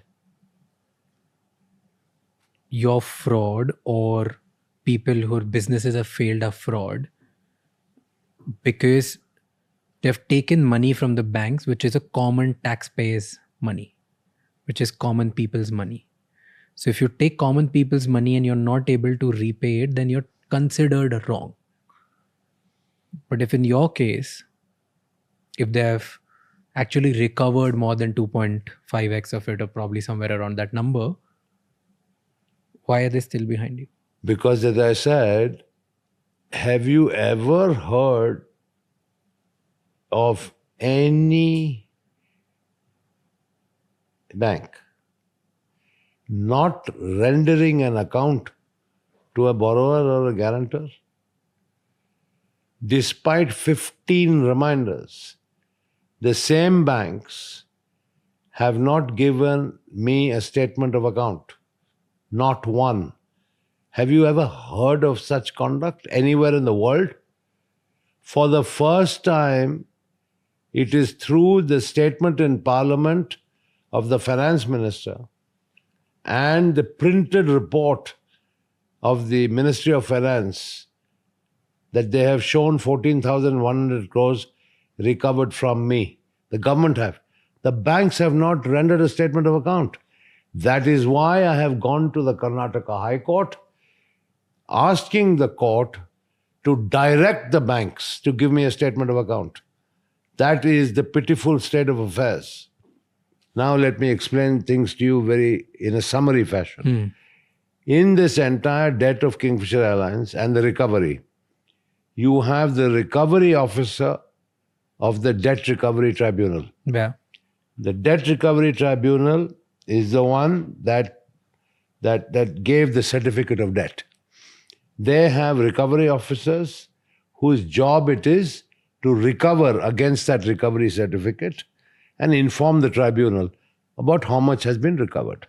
Because when the full amount is recovered, the debt recovery tribunal will issue a discharge certificate that your debt is paid.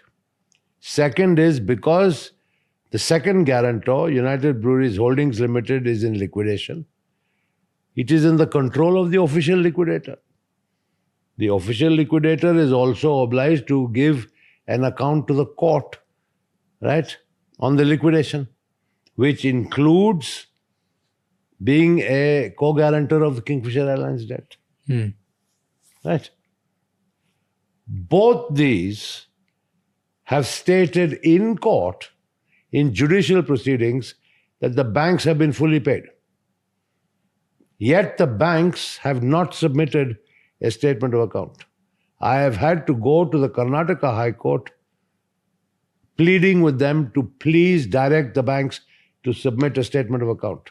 And of course, the official liquidator and the recovery officer as well. This is the conduct of those banks. And you're asking me questions about why they didn't do this and why they didn't do that. Does it happen with other entrepreneurs as well? Well, I'd be shocked if it did. I've never heard of anything like this. Do you think the Indian system gets rigged against the entrepreneurs or the business owners who get too powerful after a point? It's certainly riggable. Because in your case, this is what happened, right? In my case, all the facts are there for everyone to see. Then, sir, Simple. what's the future? Like, what's going to happen now? What's happening? In your story, what you're telling is completely different than anything and everything that any Indian person out there who will do little research about you would find. It's completely different than what you're telling. But if you do research on me, what are you going to find? You will only find the narrative generated over a period of time by the Indian legacy media and to a certain extent the government and what they have said. And of course, when I say government, it includes CBI and ED and this, that, and the other. All right, that's all you'll find.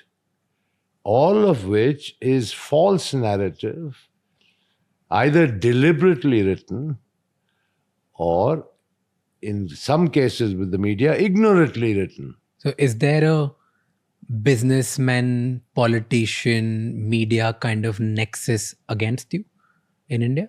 I don't know who is against me except this government. And I made no bones about it that I am their poster boy. I am also a political football, right? You must have heard the narrative. BJP tells Congress, "Tumne loan dilwaya." Congress responds to BJP, "Tumne bhagne diya." Vijay Mallya is the football in the middle. What is the biggest challenge of doing business in India? Government. Explain. Government. It's in the Indian DNA. No matter what the state government or a federal government may say about ease of doing business in India, there is no ease of doing business in India.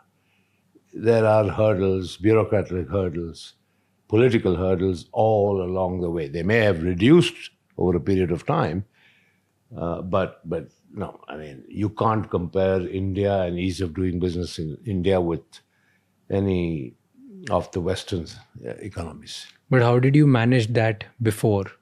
Like earlier, you expanded your group from a couple of 100 crores to thousands of crore. Then definitely you must be navigating somehow with all these challenges. What did you do? That's what I said. I had to maintain good relations with almost 29 countries. That's the 29 states, all of which were empowered by the Constitution to have their own policy on liquor. So I had to effectively be in the good books of 29 chief ministers. What do you mean by becoming or getting in the good books of the government? Well, Like, were you doing favors? They were asking favors to you? Was there? Look, let me tell you, when elections were announced, I would desperately want to take a holiday outside India Why? because I didn't want to be accessible. The politicians always felt that, the liquor business was the cash cow that would meet their electoral aspirations. And, sometimes these aspirations were completely unreasonable and impractical. But no, I mean, look, dealing with government doesn't mean underhand exchange of money. Okay, it definitely doesn't. I mean, whoever said that, I can buy my way through X, Y, or Z is wrong.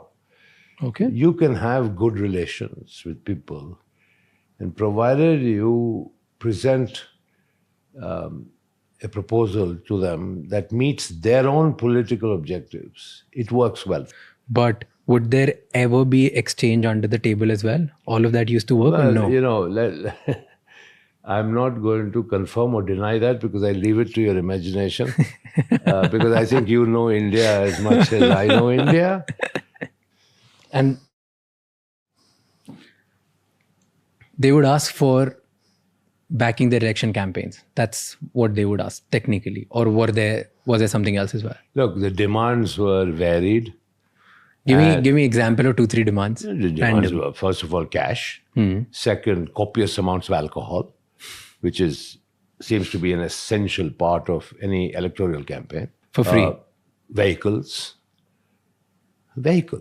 Cars. Yeah, vehicles, jeeps, cars, yeah. So it was multifarious.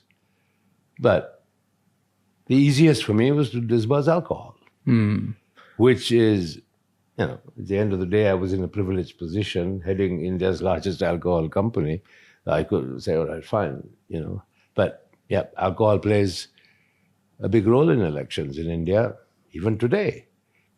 How do you make money now? How do I make money? Like today, how do you make money? I get a modest salary from my company. Not the Indian companies. No. So do you own anything here? There are companies here or in other countries? Of course. I mean, I told you I've been a non-resident since 1988. Okay? Even though I sold Berger Paints in 1996, I've had several other businesses outside of India for the last 30 years. What was your net worth at peak in India?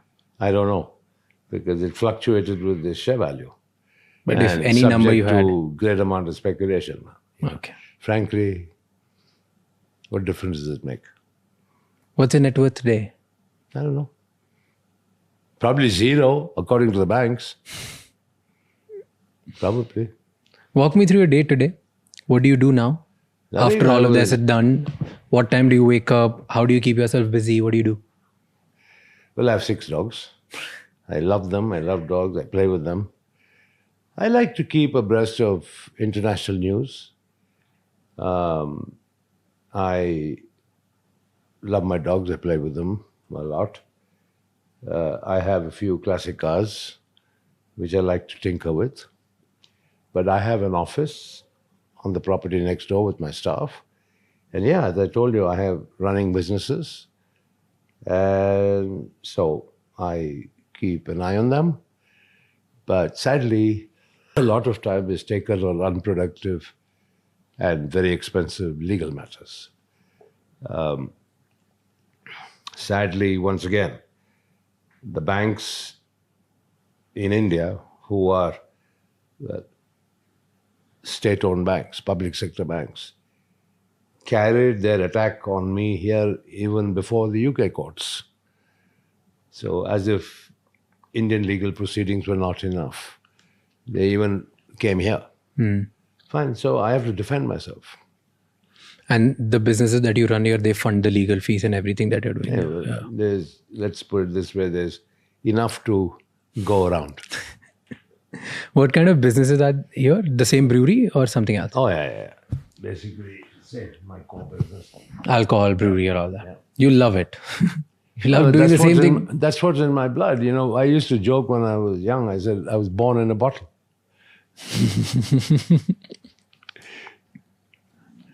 Wow. Do you feel restricted now? Because you just use word, I was born in a bottle. Do you feel that you have been caged in a bottle again with all these legal matters? Because you don't have a passport. You're a free bird flying around all over the world. Yeah. So now you're stuck here. That freedom went in 2016 when the Indian government revoked my passport. So it wasn't a suspension. It was a revocation. So I knew back then the consequence was no travel, right? So for a guy who used to be on a plane 3-4 times a week, flying around the world, to be in one country for 9 long years, certainly a game changer. It must be. But it's not a matter of life and death. I mean, it isn't that profound because there's enough and more to do and to enjoy a quality of life that, okay, has shrunk in many ways from what used to be, but it's still okay. One must get on and move on. Does it not bother you? No, it doesn't bother me. Do I look bothered? No, Not to me. It's not a question of what is the meaning of do I get up in the morning and wipe my tears away every day? No. Someday, some point, you're like, I'm done with this. Like, what the hell is happening with me? What is my solution? What are my options? The government of India has revoked my passport, right? All I can get is a one-way travel pass to India. That's it. What about my constitutional rights that every Indian citizen is entitled to a passport? And what happens if I try to enforce those? It'll drag on for years in the court. By the time I might be too old to travel. So don't you feel lonely here? No, well, I have a lot of my friends here in England. A lot of people come and visit me. Well, another one of life's lessons is when times are tough, you realize who your actual friends are. And I have realized that very comprehensively. I mean, those who used to be my so-called buddies who, in times of my heyday, for lack of a better word, are nowhere to be seen. You used to hang out with a lot of billionaires, Bollywood celebrities, politicians, a lot of people and your friends from the corporate world. They all stopped taking up your calls? No. The politicians certainly stopped. And I think as one of the many politicians explained to me, quite truthfully, which I respect, he said, if we are seen to be associated with you, this government will come after us. You know, because I think in the political world, I think it's pretty well known and more importantly, pretty obvious that this government is after me. So they want to protect themselves. As far as corporate titans are concerned, I mean, Kiran Mazumdar, bless her soul, she's like my sister, makes it a point to be in constant touch, comes to England, we always have a meal together. And like that, there are a few other good friends who keep in touch, but otherwise, no.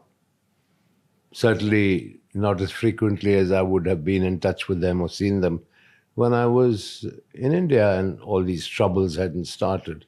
Talk about Kiran Mazumdar Shaw. She publicly talks about you and how close you were, like since childhood, you were friends. And she talks about your generosity, your optimism. She's been very vocal that you gave it all to save and fight it all. She has gone out in public and said that just it was bad times and bad things which happened to you, but you were right and you gave it all away. So she talks about it, and someone of that stature living in a very public market in country like India, usually people stay away from these conversations and people would want to, she talks, but she doesn't. She talks about it every time people ask about you. She's been okay about it. In fact, there was a statement that she said, a lot of people are optimistic. Vijay was probably rather more optimistic than most. And No, it she wasn't talks a about question of just optimism. Let me tell you, Kiran and me grew up together. I talked about the brewery house in Bangalore. At that time, there was a little colony. So there was a brewery house in which I lived, and then 4 other bungalows. The one next to the brewery house was actually occupied by Kiran Mazumdar and her father. Her father was the chief brewer and the technical director of UB. Okay. Okay, and so Kiran and her 2 brothers and mom grew up in my house, in my colony, with one wall separating us. So we were very, very close. And Kiran has been very, very different. She started off being a qualified brewmaster. How many Indian women can you think of who would go and qualify as a brewmaster? But Kiran was determined to do it, and she did it in Australia. So, Kiran, as an entrepreneur, not only has been brilliant, but has a super brilliant track record. But she's a tough cookie, and she speaks her mind, which is something that people should respect. And being a woman at that. So I'm so grateful for her public support of me. She knows what I went through with Kingfisher Airlines. I used to share it with her all the time. And she knew that I gave it my all. I mean, forget about just putting in 3,000 crores. I mean, every bit of my blood, sweat, and tears went into trying to make Kingfisher Airlines work. Now that she isn't here, you're not there, here you're alone, friends, parties, businesses, that busy, restless life, nothing is there. In 9 years, what was the loneliest day of your life? I always have had something to do. I haven't been sitting alone. I told you, my interests keep me occupied. My pace of life is slowed down dramatically. My pace of life now is probably one of semi-retirement, to be honest. But that's what happens when you reach retirement age, isn't it? So the frenzy of the past doesn't last forever. And I'm in that phase. But I have enough and more interest to keep me occupied. Tell me, what do people misunderstand about you? I don't know what people understand to begin with. Forget about misunderstanding. I mean, people in general, particularly the media, they hate my guts. They don't like the fact that I rarely get flustered. And they try to break me down deliberately, brick by brick. They try very, very hard. But, maybe it's my upbringing in life. Maybe because I started very young. I'm tough. And tough, so I don't get browbeaten. I don't get pushed over. I stand my ground. And the media hate it. They absolutely hate it. So, I've heard all this. Mallya is arrogant. Mallya is a show-off. X, Y, and Z. And the narrative keeps repeating time and time and time again. Because I have never taken out my handkerchief and started weeping in front of them. They would love that.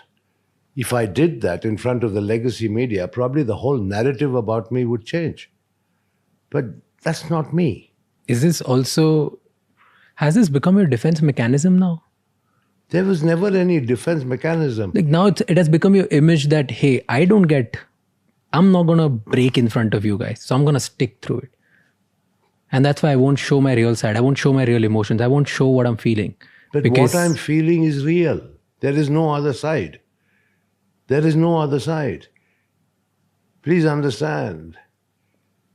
For 50 years, I've been in charge. I've been through a lot. I've been there, done that. It's toughened me up. I faced the crisis of Kingfisher Airlines. I felt it more than anybody else. I gave it my all, but I kept myself together because I was a leader. If I had crumbled and collapsed, the airline would have crumbled and collapsed a lot earlier than it did. What are you feeling right now as you talk about you gave it all and you still couldn't save Kingfisher? Well, I'm sad about it because, it's not just about Kingfisher. I have never been used to business failure. I took risks, I made bold decisions, and I built my core business in alcohol into something I could be greatly proud of. I failed with Kingfisher, and that hurts me more than anything else. Kingfisher was a wonderful product, probably the most awarded airline ever, providing connectivity to places in India that were never connected by air before, and in an environment promising growth. Today, India is the biggest single growth market for aviation in the world. Can you imagine if Kingfisher was still flying? It was just circumstances at that particular time, government policies that didn't help, and mounting losses. But I gave it my all. As I told you, quite apart from putting in 3,000 crores cash into Kingfisher Airlines. And the final straw was the refusal to let Etihad invest in Kingfisher. And that was it. I'd run out of options. Can you imagine how I felt? I felt miserable. What's your biggest fear now? My fear? Are you afraid of anything? Well, what can I be afraid of? What can I be afraid of? What do I do that would scare me? Living a semi-retired life, what can happen that's going to scare me? Extradition? Oh, yeah. Look, if you're talking about the legal issues, there are multiple legal issues, all right, which I will defend before the courts of law, both in this country as well as in India. And any legal case can go either way. You can't sit and predict the outcome. Neither can you celebrate a potential outcome, and neither can you cry about a potential outcome. That's what legal cases are all about. But are you prepared for the worst? Of course, I have to face the worst. I have no qualms or no doubts in my mind that if the worst is what is destined for me, well, that's what's destined for me, and you face it head on. What do you think is worst? What can happen the worst?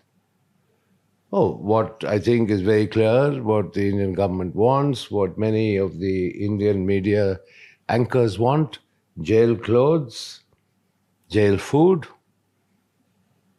in Tihar or Arthur Road or God knows which jail in India. That's it. And spend the rest of my life behind bars. That's it. Have you ever imagined yourself actually going to jail?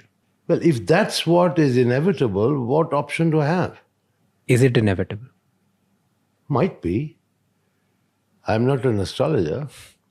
I'll fight my way in court. Doesn't it scare you that I lived a king-size life and now I might end up in jail? And yes. that is how I'm going to end my life, like probably. Correct. So I said earlier today, right? 0 to 0. And you're okay with it. What option do I have? Do you ever wake up and think like, shit, why me? What is happening? Because in your head, you're clear and you say that you've not done anything wrong. So do you ever feel like, why the hell me? Maybe that's my destiny. Maybe my stars are misaligned. Do you believe in it? No. I don't believe in astrology. But Do you believe in God? God, very much so. I'm deeply religious. I've gone to most of the temples in India, particularly South India. I've made my modest offerings to various temples. I don't know whether you know, but the Sabrimala temple in Kerala, the entire gold roof was donated by me. Tirupati, Tirumala temple, the entire gold plating of the front of the sanctum was donated by me. I've donated Dwajasthambas in the Subramanya temple and Mokambika temple.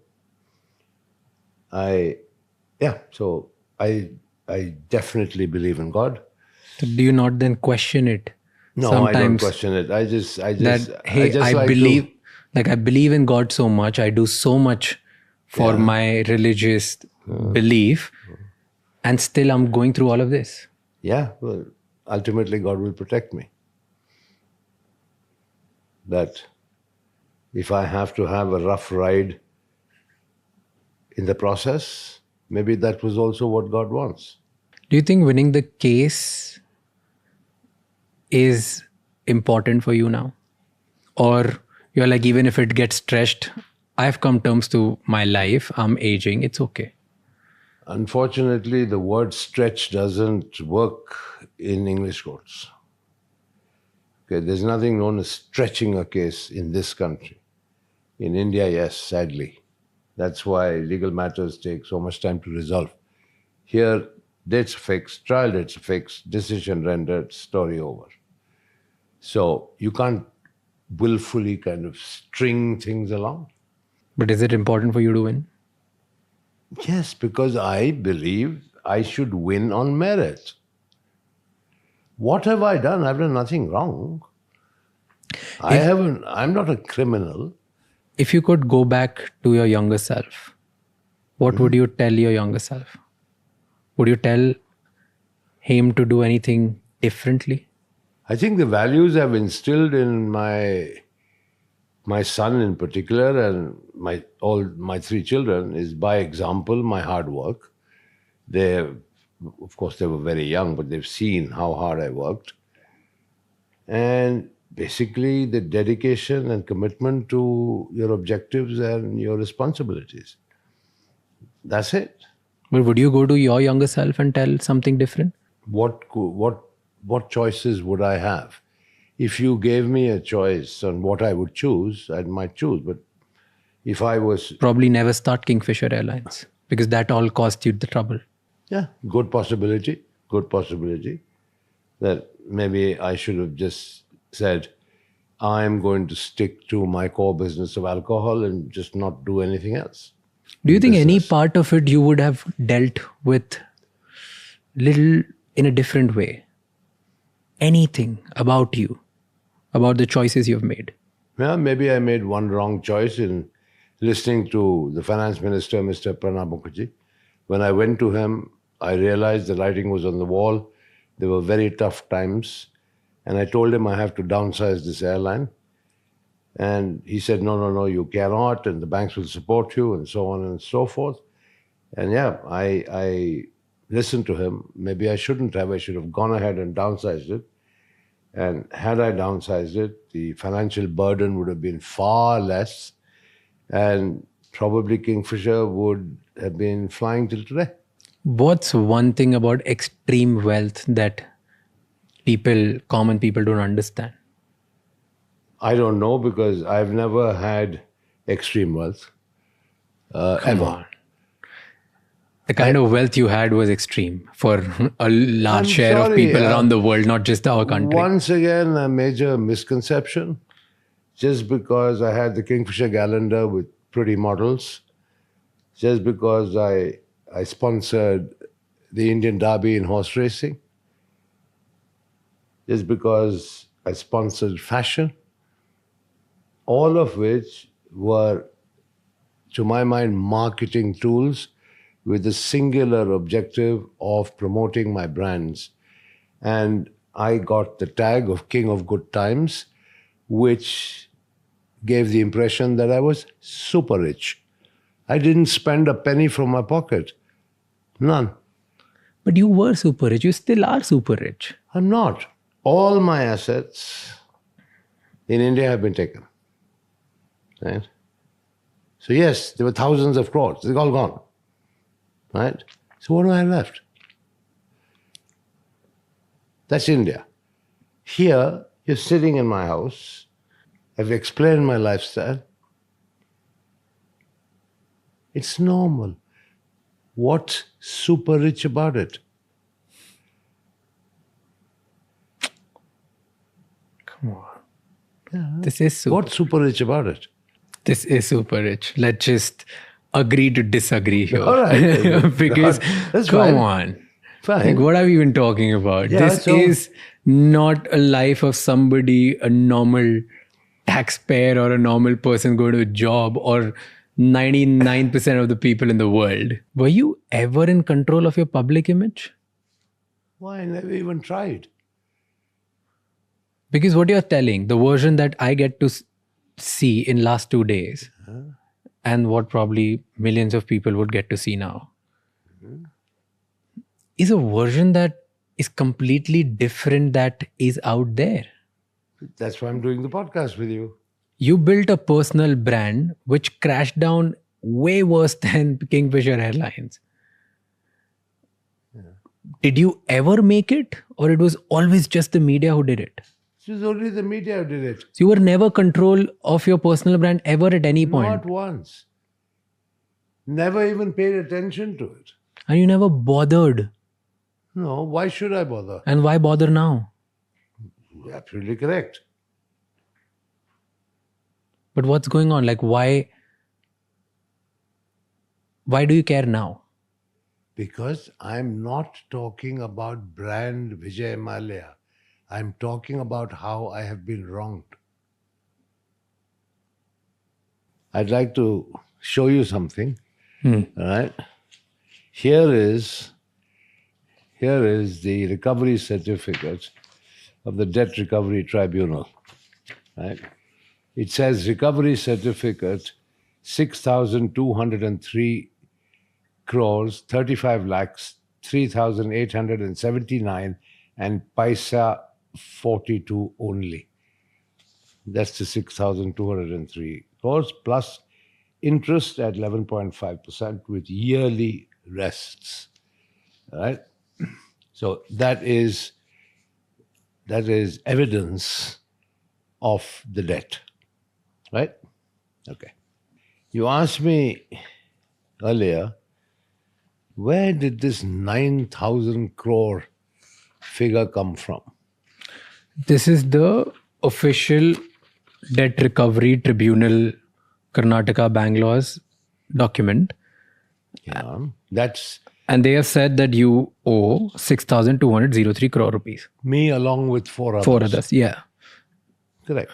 Okay. Kingfisher Airlines, United Breweries, Vijay Mallya, Kingfisher Fine West. Correct. Okay. So the assets of all those combined, right, would need to satisfy the judgment debt of 6,203 crores. Yeah. Before I go very further, I'm the one under attack. Not all four. Anyway, you asked me about where this 9,000 figure came from. Yeah, because it's written 6,203. No problem. Plus interest, whatever the case may be. That is dated 2017, if you see the date of the document. Yeah. I can't. Where is this? Maybe you should go to the end. Okay. Last signing. Yeah. Date of deliveries 26 July 17. Correct. Okay? And then I'll show you another report about an interview with the Prime Minister. Okay?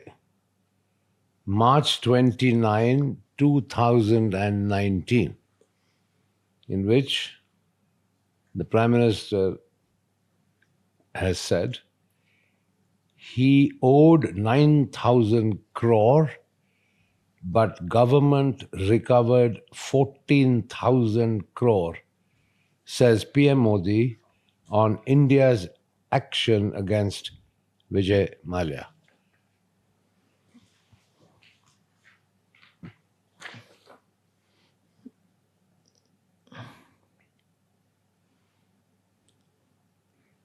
But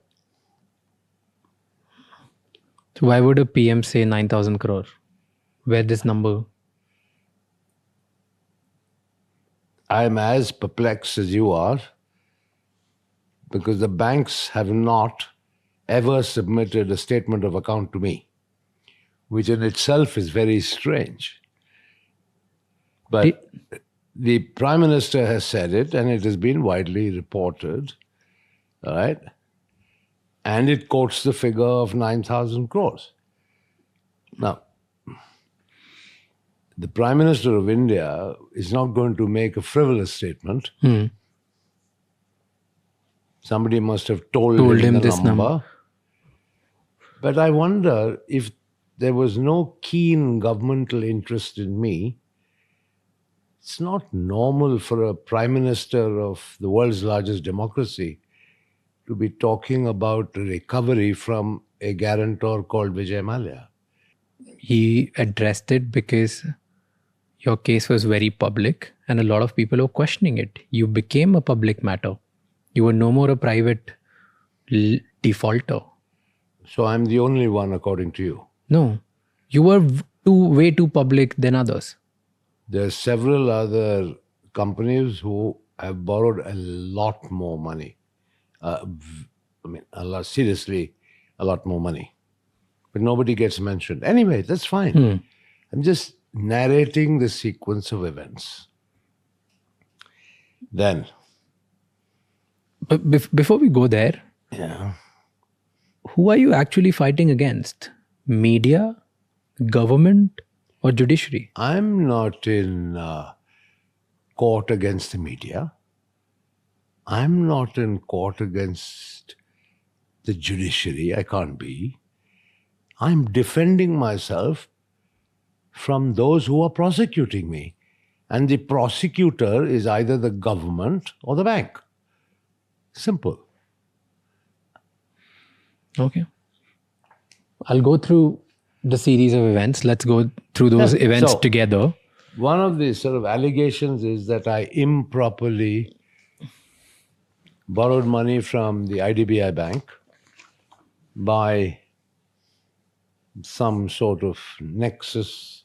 Yeah, between you and Between the me general and- manager. And the chairman and managing director and executive directors, which is A lot of people were involved, so that the anyway. normal rules of lending were not applicable to you. IDBI Bank had a Reserve Bank of India and a Ministry of Finance representative on their board. All the loans that Kingfisher Airlines received were approved by their board. Right? But I will draw your attention to a public statement in 2021, because IDBI is a publicly listed entity, had to report their financial performance to the stock exchange and announcing the quarter one results, the managing director and CEO, M.K. Sharma, said that 278 crores by way of principal and 331 crores by way of interest, aggregating 753 crores, was recovered from Kingfisher Airlines. This is in 2021. And therefore, IDBI was paid in full.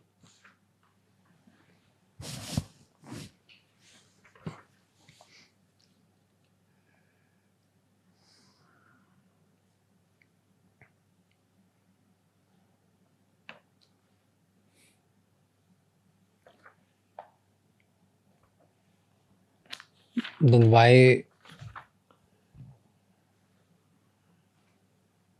does CBI and ED find you guilty? Because once they file their charge sheets, the presumption is that you are guilty until you prove yourself innocent, whereas the law requires the opposite. You are presumed innocent until they prove you guilty. I'm still waiting for the CBI and Enforcement Directorate to produce evidence of my guilt. But they continue to pursue me on behalf of the banks. Now, you see here, right? This follows the finance minister's statement in Parliament, on the floor of Parliament, on December 17th, 2024, which is a few months ago. But here is the annual report of the Ministry of Finance, printed, hard copy, for the year 24-25, in which they say, under 4.2.14, restitution of properties to victims of money laundering / legitimate claimants. Okay? And it goes on to say the Enforcement Directorate is not only actively pursuing the economic offenders to unravel the money laundering, but at the same time is also making efforts for the restitution or return of assets to the banks and others who have been defrauded by the offenders. Right? The ED has successfully restored properties valued at approximately rupees 22,280 crores to victims or legitimate claimants. The details of the restitution / restoration done by ED are given below. Number 1, Vijay Mallya case, quantum of properties restored 14,131.6 crores, and in the comments section, details of restoration says complete amount of attached properties have been successfully restored to the public sector banks. How did they recover 14,000 crores? What did they sell? What did they do? They have not given me a statement of account. So you don't know we what talked- property or shares have been sold. We talked earlier about the properties that were given to them, right? So everything, walk me through it again if you can, please. What were the things how did they recover They 14,000 attached crores? all my assets. And highlight 2 or 3. All Top my 3, shares, which got like 14,000. properties, everything they attached. And they've sold. But in the absence of a statement of account, can you believe it? Right? That from 2017, the date of the DRT order, till today, 2025, the banks have not given me a statement of account. How much recovery they made on which date, how much interest they have charged, how the interest gets reduced because of recoveries made, etc., and what the net position is. Nothing. 15 reminders to the banks from my English lawyers remain unanswered.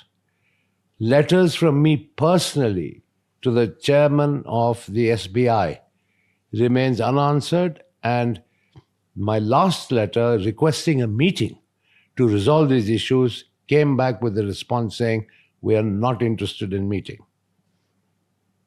I have had to go to the Karnataka High Court to request the court to direct the banks to give me a statement of account. Is this normal? Do you think there is another example like this anywhere in the world? I mean, it's ridiculous.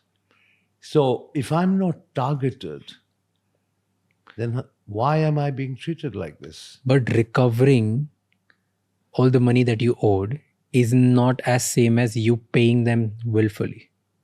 These are two different things. Yes, so Maybe you I committed made 4 different settlement offers from in when? writing. From when to when? So around 2016, including before the Supreme Court of India, which the banks dismissed. Before you left the country, you made this? Yes, absolutely. Absolutely. I've been trying to settle with the banks. Do you have that proof? Yeah, it's public record, Supreme Court of India records. Absolutely. I would also like to remind you, I told the finance minister that I was leaving in 2016 in March and told him that, would he please facilitate a meeting with the banks to settle this loan issue. You know, here's something that don't add up for me. On 29th February 2016, Supreme Court announced that the plea seeking action against Vijay Mallya would be heard on March 3. And you left on March 2nd. I'm not aware of this Supreme Court directive. How is it possible? Somebody from insider must have told you something, because if a Supreme Court declares a date against you, how were you not aware? You were already fighting. There were lawyers after lawyers. I'm sure there must be something. Because there was no such Supreme Court directive. Simple. But it's out there in every media, No, everywhere. media. But it's written. Like if you go back, if you search today, all the newspapers, online, everything that you see, it's said that on 29th February, Supreme Court directed that, and you left on March 2nd. But my World Council meeting, obligation and appointment was fixed 3 months before that. That is okay. I'm not saying that So that was already a well-established travel plan. Plus, I once again remind you, I told the finance minister himself on the day of my departure. But that doesn't mean that you were not aware of this. Aware of what? I'm sorry, I don't get it. Aware of the I fact have that Supreme one Court has a minute. hearing against you on March 3rd. Absolutely not. There was no such hearing. There was no such hearing. Supreme Court has said this. All right. So, like I have provided you documentary evidence, if I'm shown a piece of paper that states that there was a Supreme Court hearing in my case scheduled on the day of my departure, I will March respond 3rd. to it. You left on March 2nd. So, unfortunately, I don't have the Supreme Court document, but I only have news I'm not clippings and aware- news. I am not aware of any such Supreme Court directive. I am not aware of it. Okay, then the other case, you said once you landed here, your passport was revoked. You wanted to maybe come back, but you were yourself in shock that the passport was revoked, right? Yes. Walk me through the day when you got to know that you can't come back to India. I don't remember the exact date, but Like what were you going through? When did you get, like the moment you got to know that your passport being suspended or revoked? Yeah, but suspension and other forms of restriction would have been understood or perceived differently. But revocation of a passport, it's the most severe form of withdrawal, right? To revoke. Yeah. So, because I did not attend the summons of the Enforcement Directorate, to which I replied, and I said, I'm coming back, but I need some time. I need to arrange some money to pay off the bank loans, etc. But they revoked the passport. What they intended to achieve by revocation of my passport, I still do not know. But so on March 2nd, you left. March 8th, banks informed Supreme Courts that you have left the country. On 15th April, your suspension came for your passport. Revocation. The suspension was 15th April 2016 and 24th April was the revocation. You know the dates better than me. Okay, fine. So from 15 to 24, MEA says that because there was no reply from you, they had to revoke it. Why didn't you reply after 15 when you got to know that your passport getting suspended? I replied to them. I don't remember, but they revoked the passport. I mean, that's what matters. Because you were not replying to them. That's what their reply is. That's what they officially told you.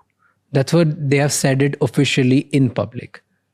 I'm not aware of that. I didn't go talk to them. I'm not. I can only talk about what I could find online through newspapers. Absolutely. So that's the only thing, unfortunately, I could talk about. Sad thing in my case is a lot of people concoct things.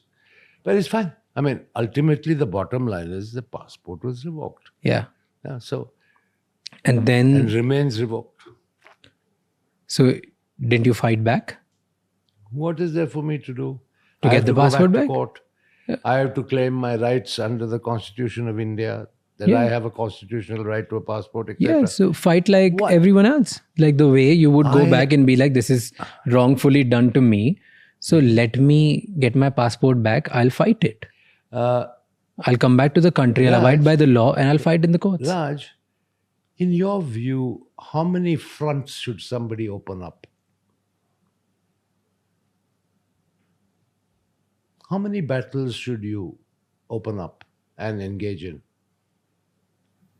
Just everything? Unlimited? I have enough and more to do, right? And I want to focus my legal battles. Remember, they are not only time consuming, reading volumes of legal papers is no fun, and lawyer fees are expensive. So, one at a time. But don't you think it makes it worse for you because you didn't come back to the country? They tag you as fugitive, fraud, and all of these are tags because you choose to not come back to the country. If I have a fair assurance of a fair trial and a dignified existence in India,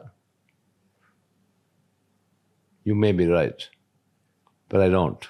Would you be willing to return to country if you're assured fair trial? If I am assured, absolutely, I will think about it seriously. But you should also be aware that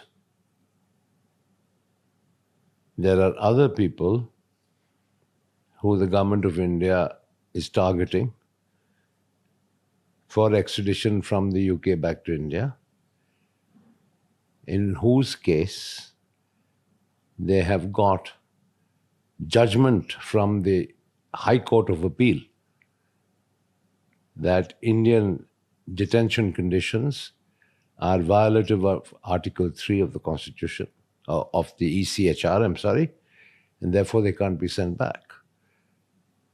The plea was basically the prolonged detention without trial, for which we all know there are numerous examples.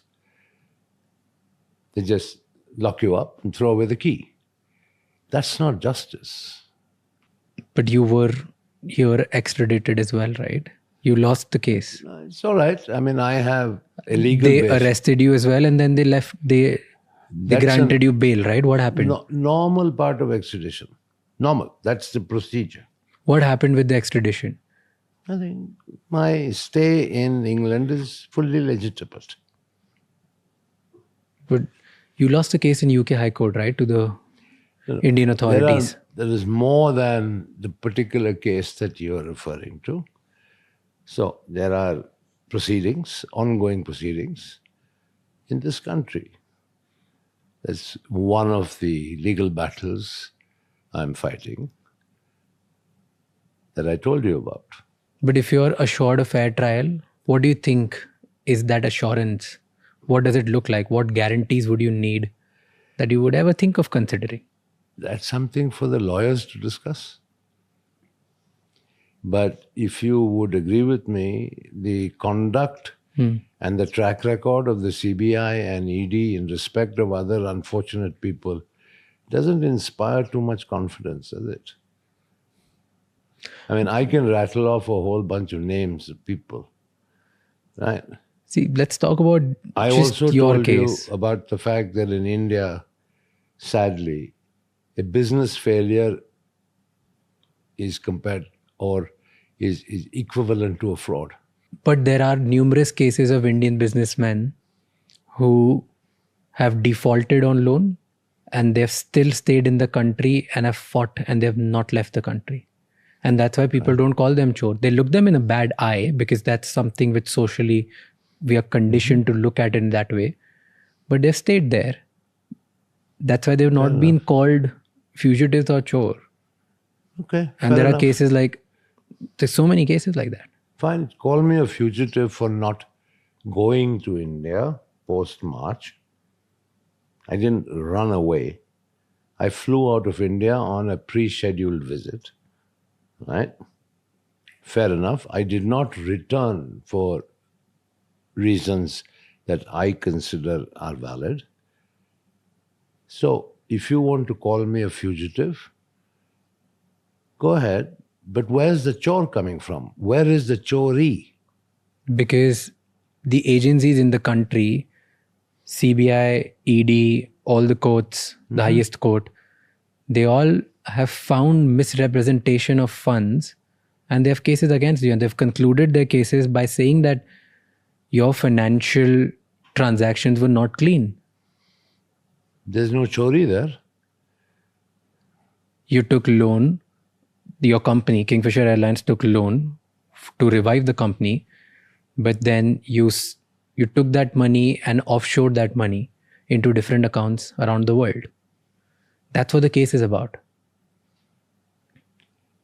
If I'm not mistaken, I think CBI in 2017, they concluded around 423 crores were found. Then ED said something around 3,000 crores had some problem with money laundering. So there were these numbers. I can find exact numbers and I can quote which I found out. No problem. But why? Like EDS said 3,547 crore was laundered.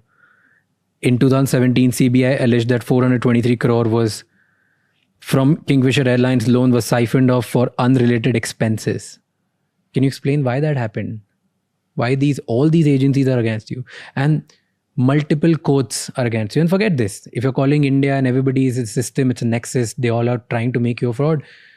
Multiple international courts, Switzerland authorities, UK High Court, one of the courts from UK, they have also found you guilty for misrepresentation of funds, right?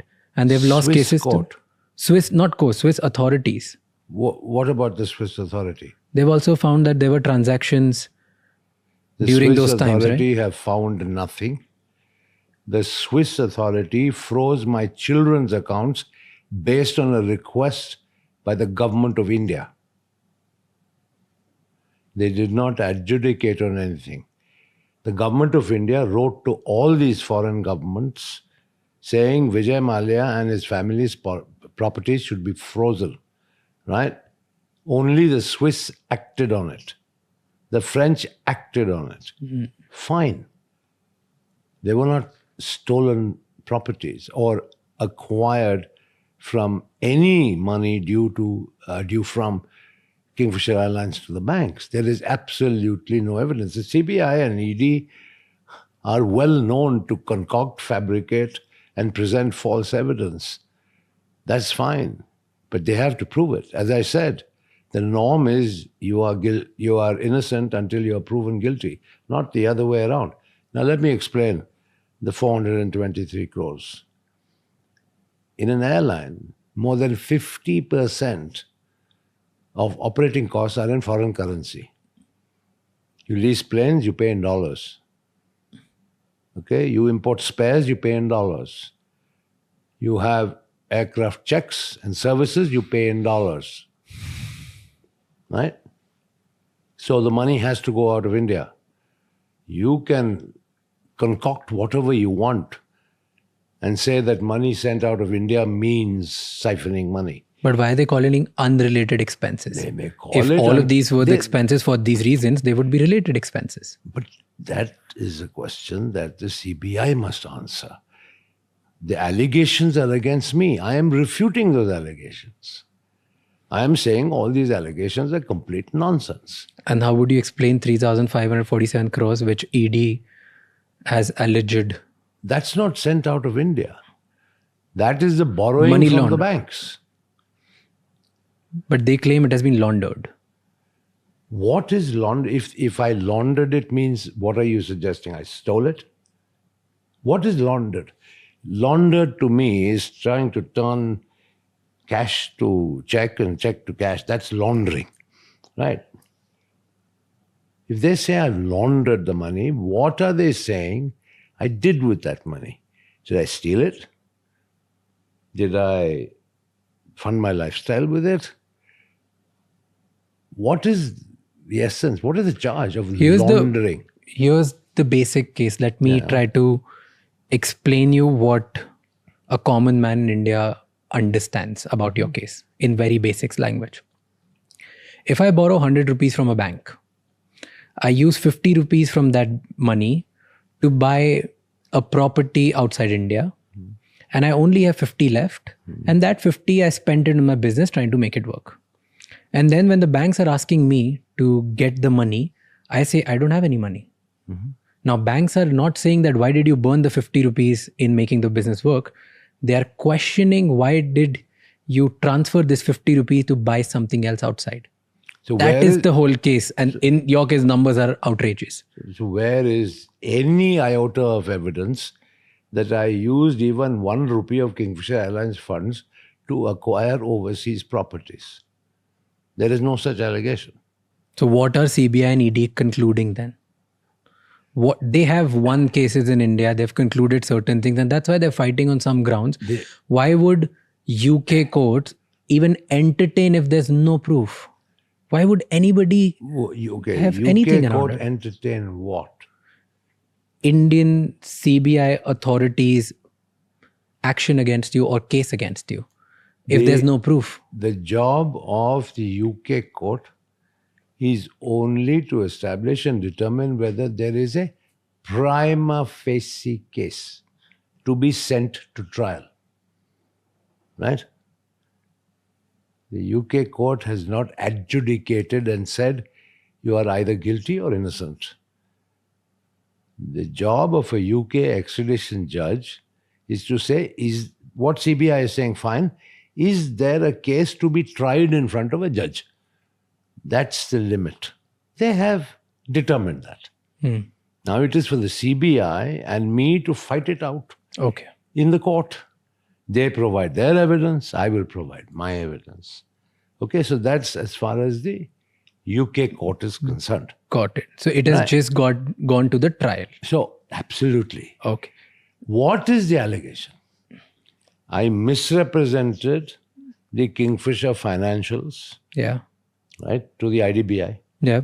I colluded with the senior management of the IDBI to get the loan, right? And then I misused the proceeds of that 900 crore loan. This is the 3 allegations. The allegation, sub-allegation about Formula One team sponsorship. I responded to you earlier. Yeah. The Formula One team sent back 10 million pounds to Kingfisher Airlines to help it. All right? They brought in Royal Challengers Bangalore as a cricket team. That was the sponsorship money paid, right, for the umpire's uniform, where it said Fly Kingfisher. It was a pure, for advertising, of course. The CBI says it was misuse of funds. Fair enough, everybody is entitled to their opinion. But when the case is tried before a judge, it is the judge who will decide who's right, who's wrong, whether this tantamounts to siphoning or diversion or improper use. In terms of the collusion, right, there is not an iota of proof. Not an iota of proof.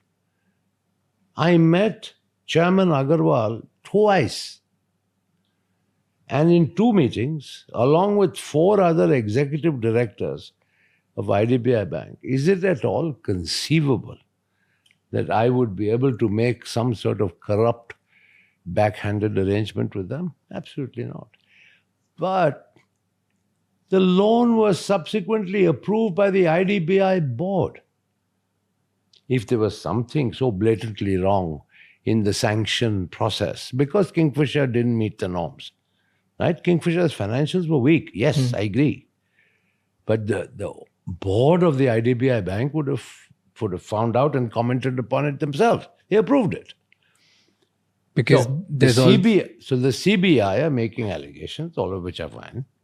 But there is an equally robust defense against these allegations. in the same case, when it comes to IDBI and all the consortium of banks which gave you loan, it is also said that there was an independent agency from UK which put out a brand valuation of 4,100 crores on Kingfisher's brand.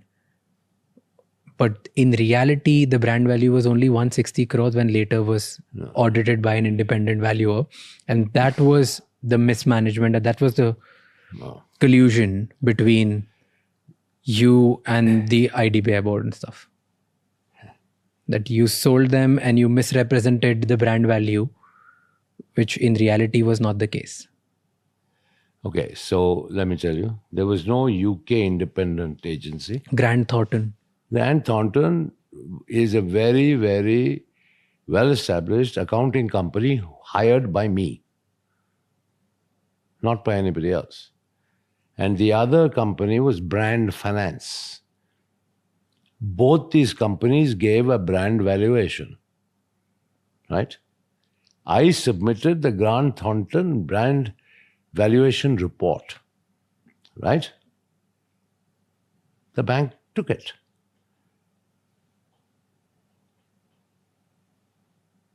I had 2 recognized valuers, submitted 1 report, which they accepted.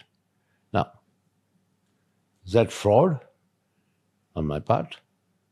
If they didn't want it, they said, this is not worth the paper it's written on, tear it up and throw it away, I would have done so.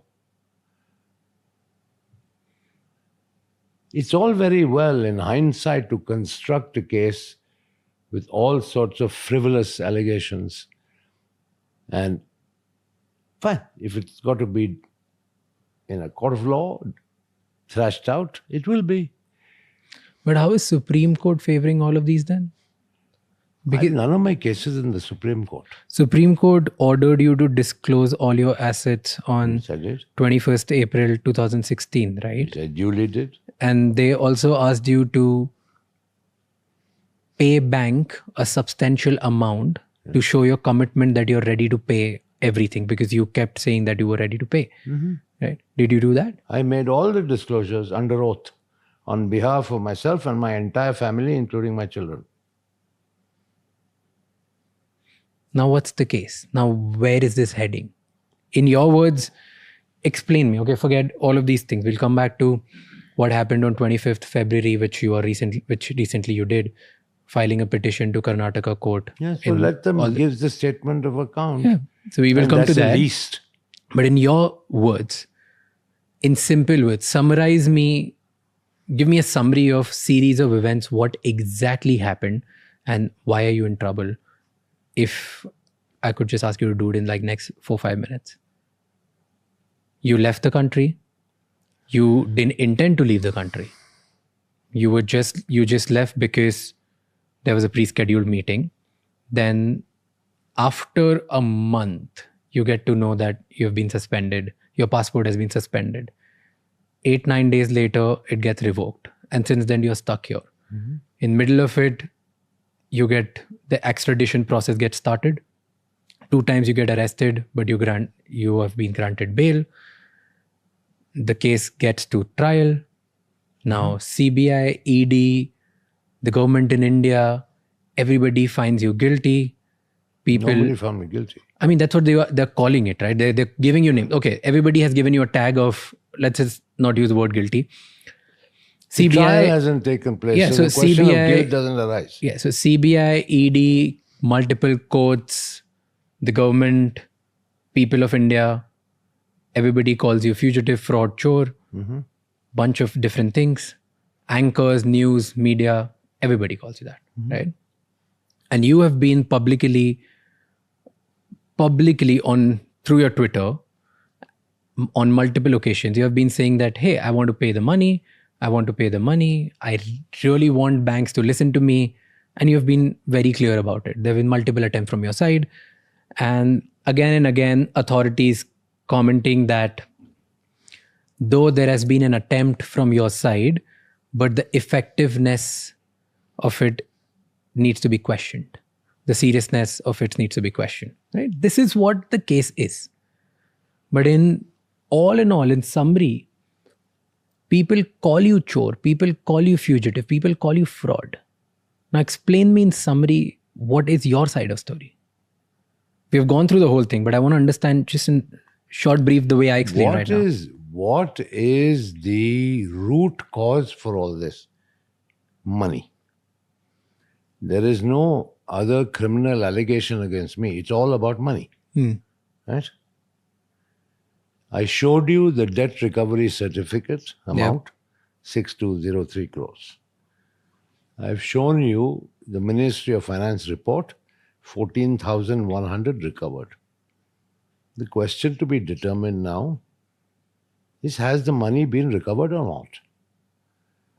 Once the money has been fully recovered, including interest, right, the root cause is taken care of. No, the root cause is intention. Sorry. The root cause is intention. Root cause is not money and recovery of the money. It started like that. The root cause of your case is intention. You had the money and you still didn't pay. That is what we're fighting. That is what everybody thinks that that's why there's a problem. If I answer the question, what was the share values then and what are they at the time of recovery, you'll get your answer. The share value went up tremendously. Therefore, they could recover 2.5 times the debt. Back in 2016, the values of all the securities would cover the debt recovery certificates. So there was a huge appreciation in the value of my shares held. So it's fine. The root cause and cause or loss to public, to the common man, Indian taxpayer,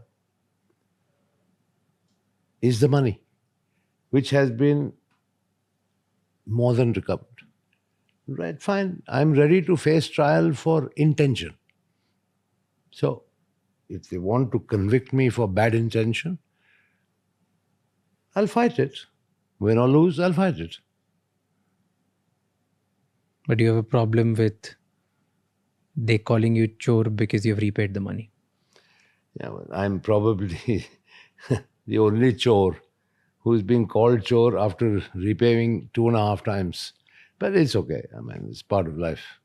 You also filed a petition in Karnataka High Court, right? What's happening there? I don't know. That petition, as I told you, was simply to direct the banks to provide a statement of account, which once again I find exceptionally strange. I mean, this is probably the only example globally where banks do not render a statement of account. But if you say that you've recovered everything and if banks provide you the statement, would you be open for an independent audit? Of course, anytime. I'm open for it now. On all your financial transactions? No problem. There's nothing to be hid. Zero. Nothing. Please, anybody can There's come nothing and to audit hide. me. Nothing. Then, if according to you the case is this clean, okay, and the authorities are questioning it, the media is questioning it, do you think you flying out of India just made your case worse? Maybe it did, but I flew out on a pre-arranged commitment with no court directive, as you seem to suggest, that I must be there. I went to Geneva for a meeting. And then, the media furor that broke out. And the environment was too hot and too hostile and certainly not conducive for an immediate return. Plus, I needed to sell some securities to overseas business partners in order to generate more money to pay these banks, which I've been trying to sort of repay since 2016. Maybe not in the quantum that finally has resulted. I mean, the banks have got lucky, isn't it, getting 4,100 crores because of the appreciation of my shares. 14,000. I don't want to say, I don't want to comment on others. I might as well just focus on my own business. It's not fair. I'm not the type of person who comments about other people. Do you think people would have still calling you, like people would still call you fraud if I have done whatever I could do. if you would have stayed in India and cooperated with banks? Listen, People would not call you fraud. fine, so people are abusing me. Maybe will continue to abuse me. There's nothing I can do about it. That's why I kept quiet for 9 years. Is there any proof where you requested banks that I want to settle way before all of this Of started? course, there is proof. Can you give me? Sure, it's part of Supreme Court record. How do we access it? Is there I'll a ask way? my lawyers to give you a copy. No problem at all. Easily done. Before 2016? Yes, absolutely. How do you want to be remembered? How do you want Vijay Mallya to be remembered? Hopefully for the good things that I might have done, certainly not for being a chore.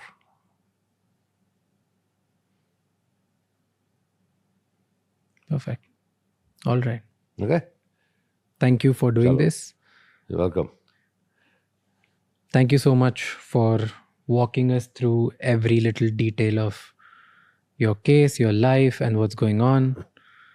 I just hope that whichever party is right wins and people see it the way you want to deliver it, and people see through every little thing which they must have fed in a bad way or wrong way. I don't know which side they will believe. I don't know which side media will believe. I don't know which side the authorities will believe in. But I hope they do the right thing. So thank you so much for walking us through every little thing. Good. Thanks for being here. Thank you.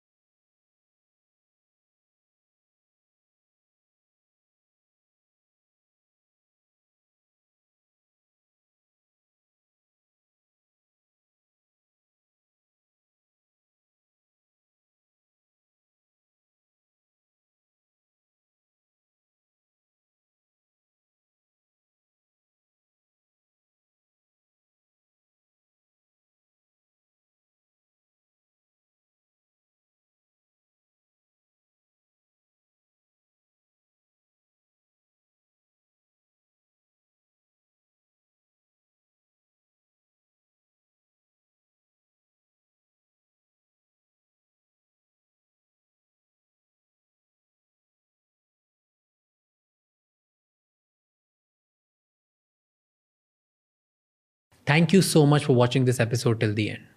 I take these kind of episodes with utmost responsibility. I'll see you the next time. Until then, keep figuring out.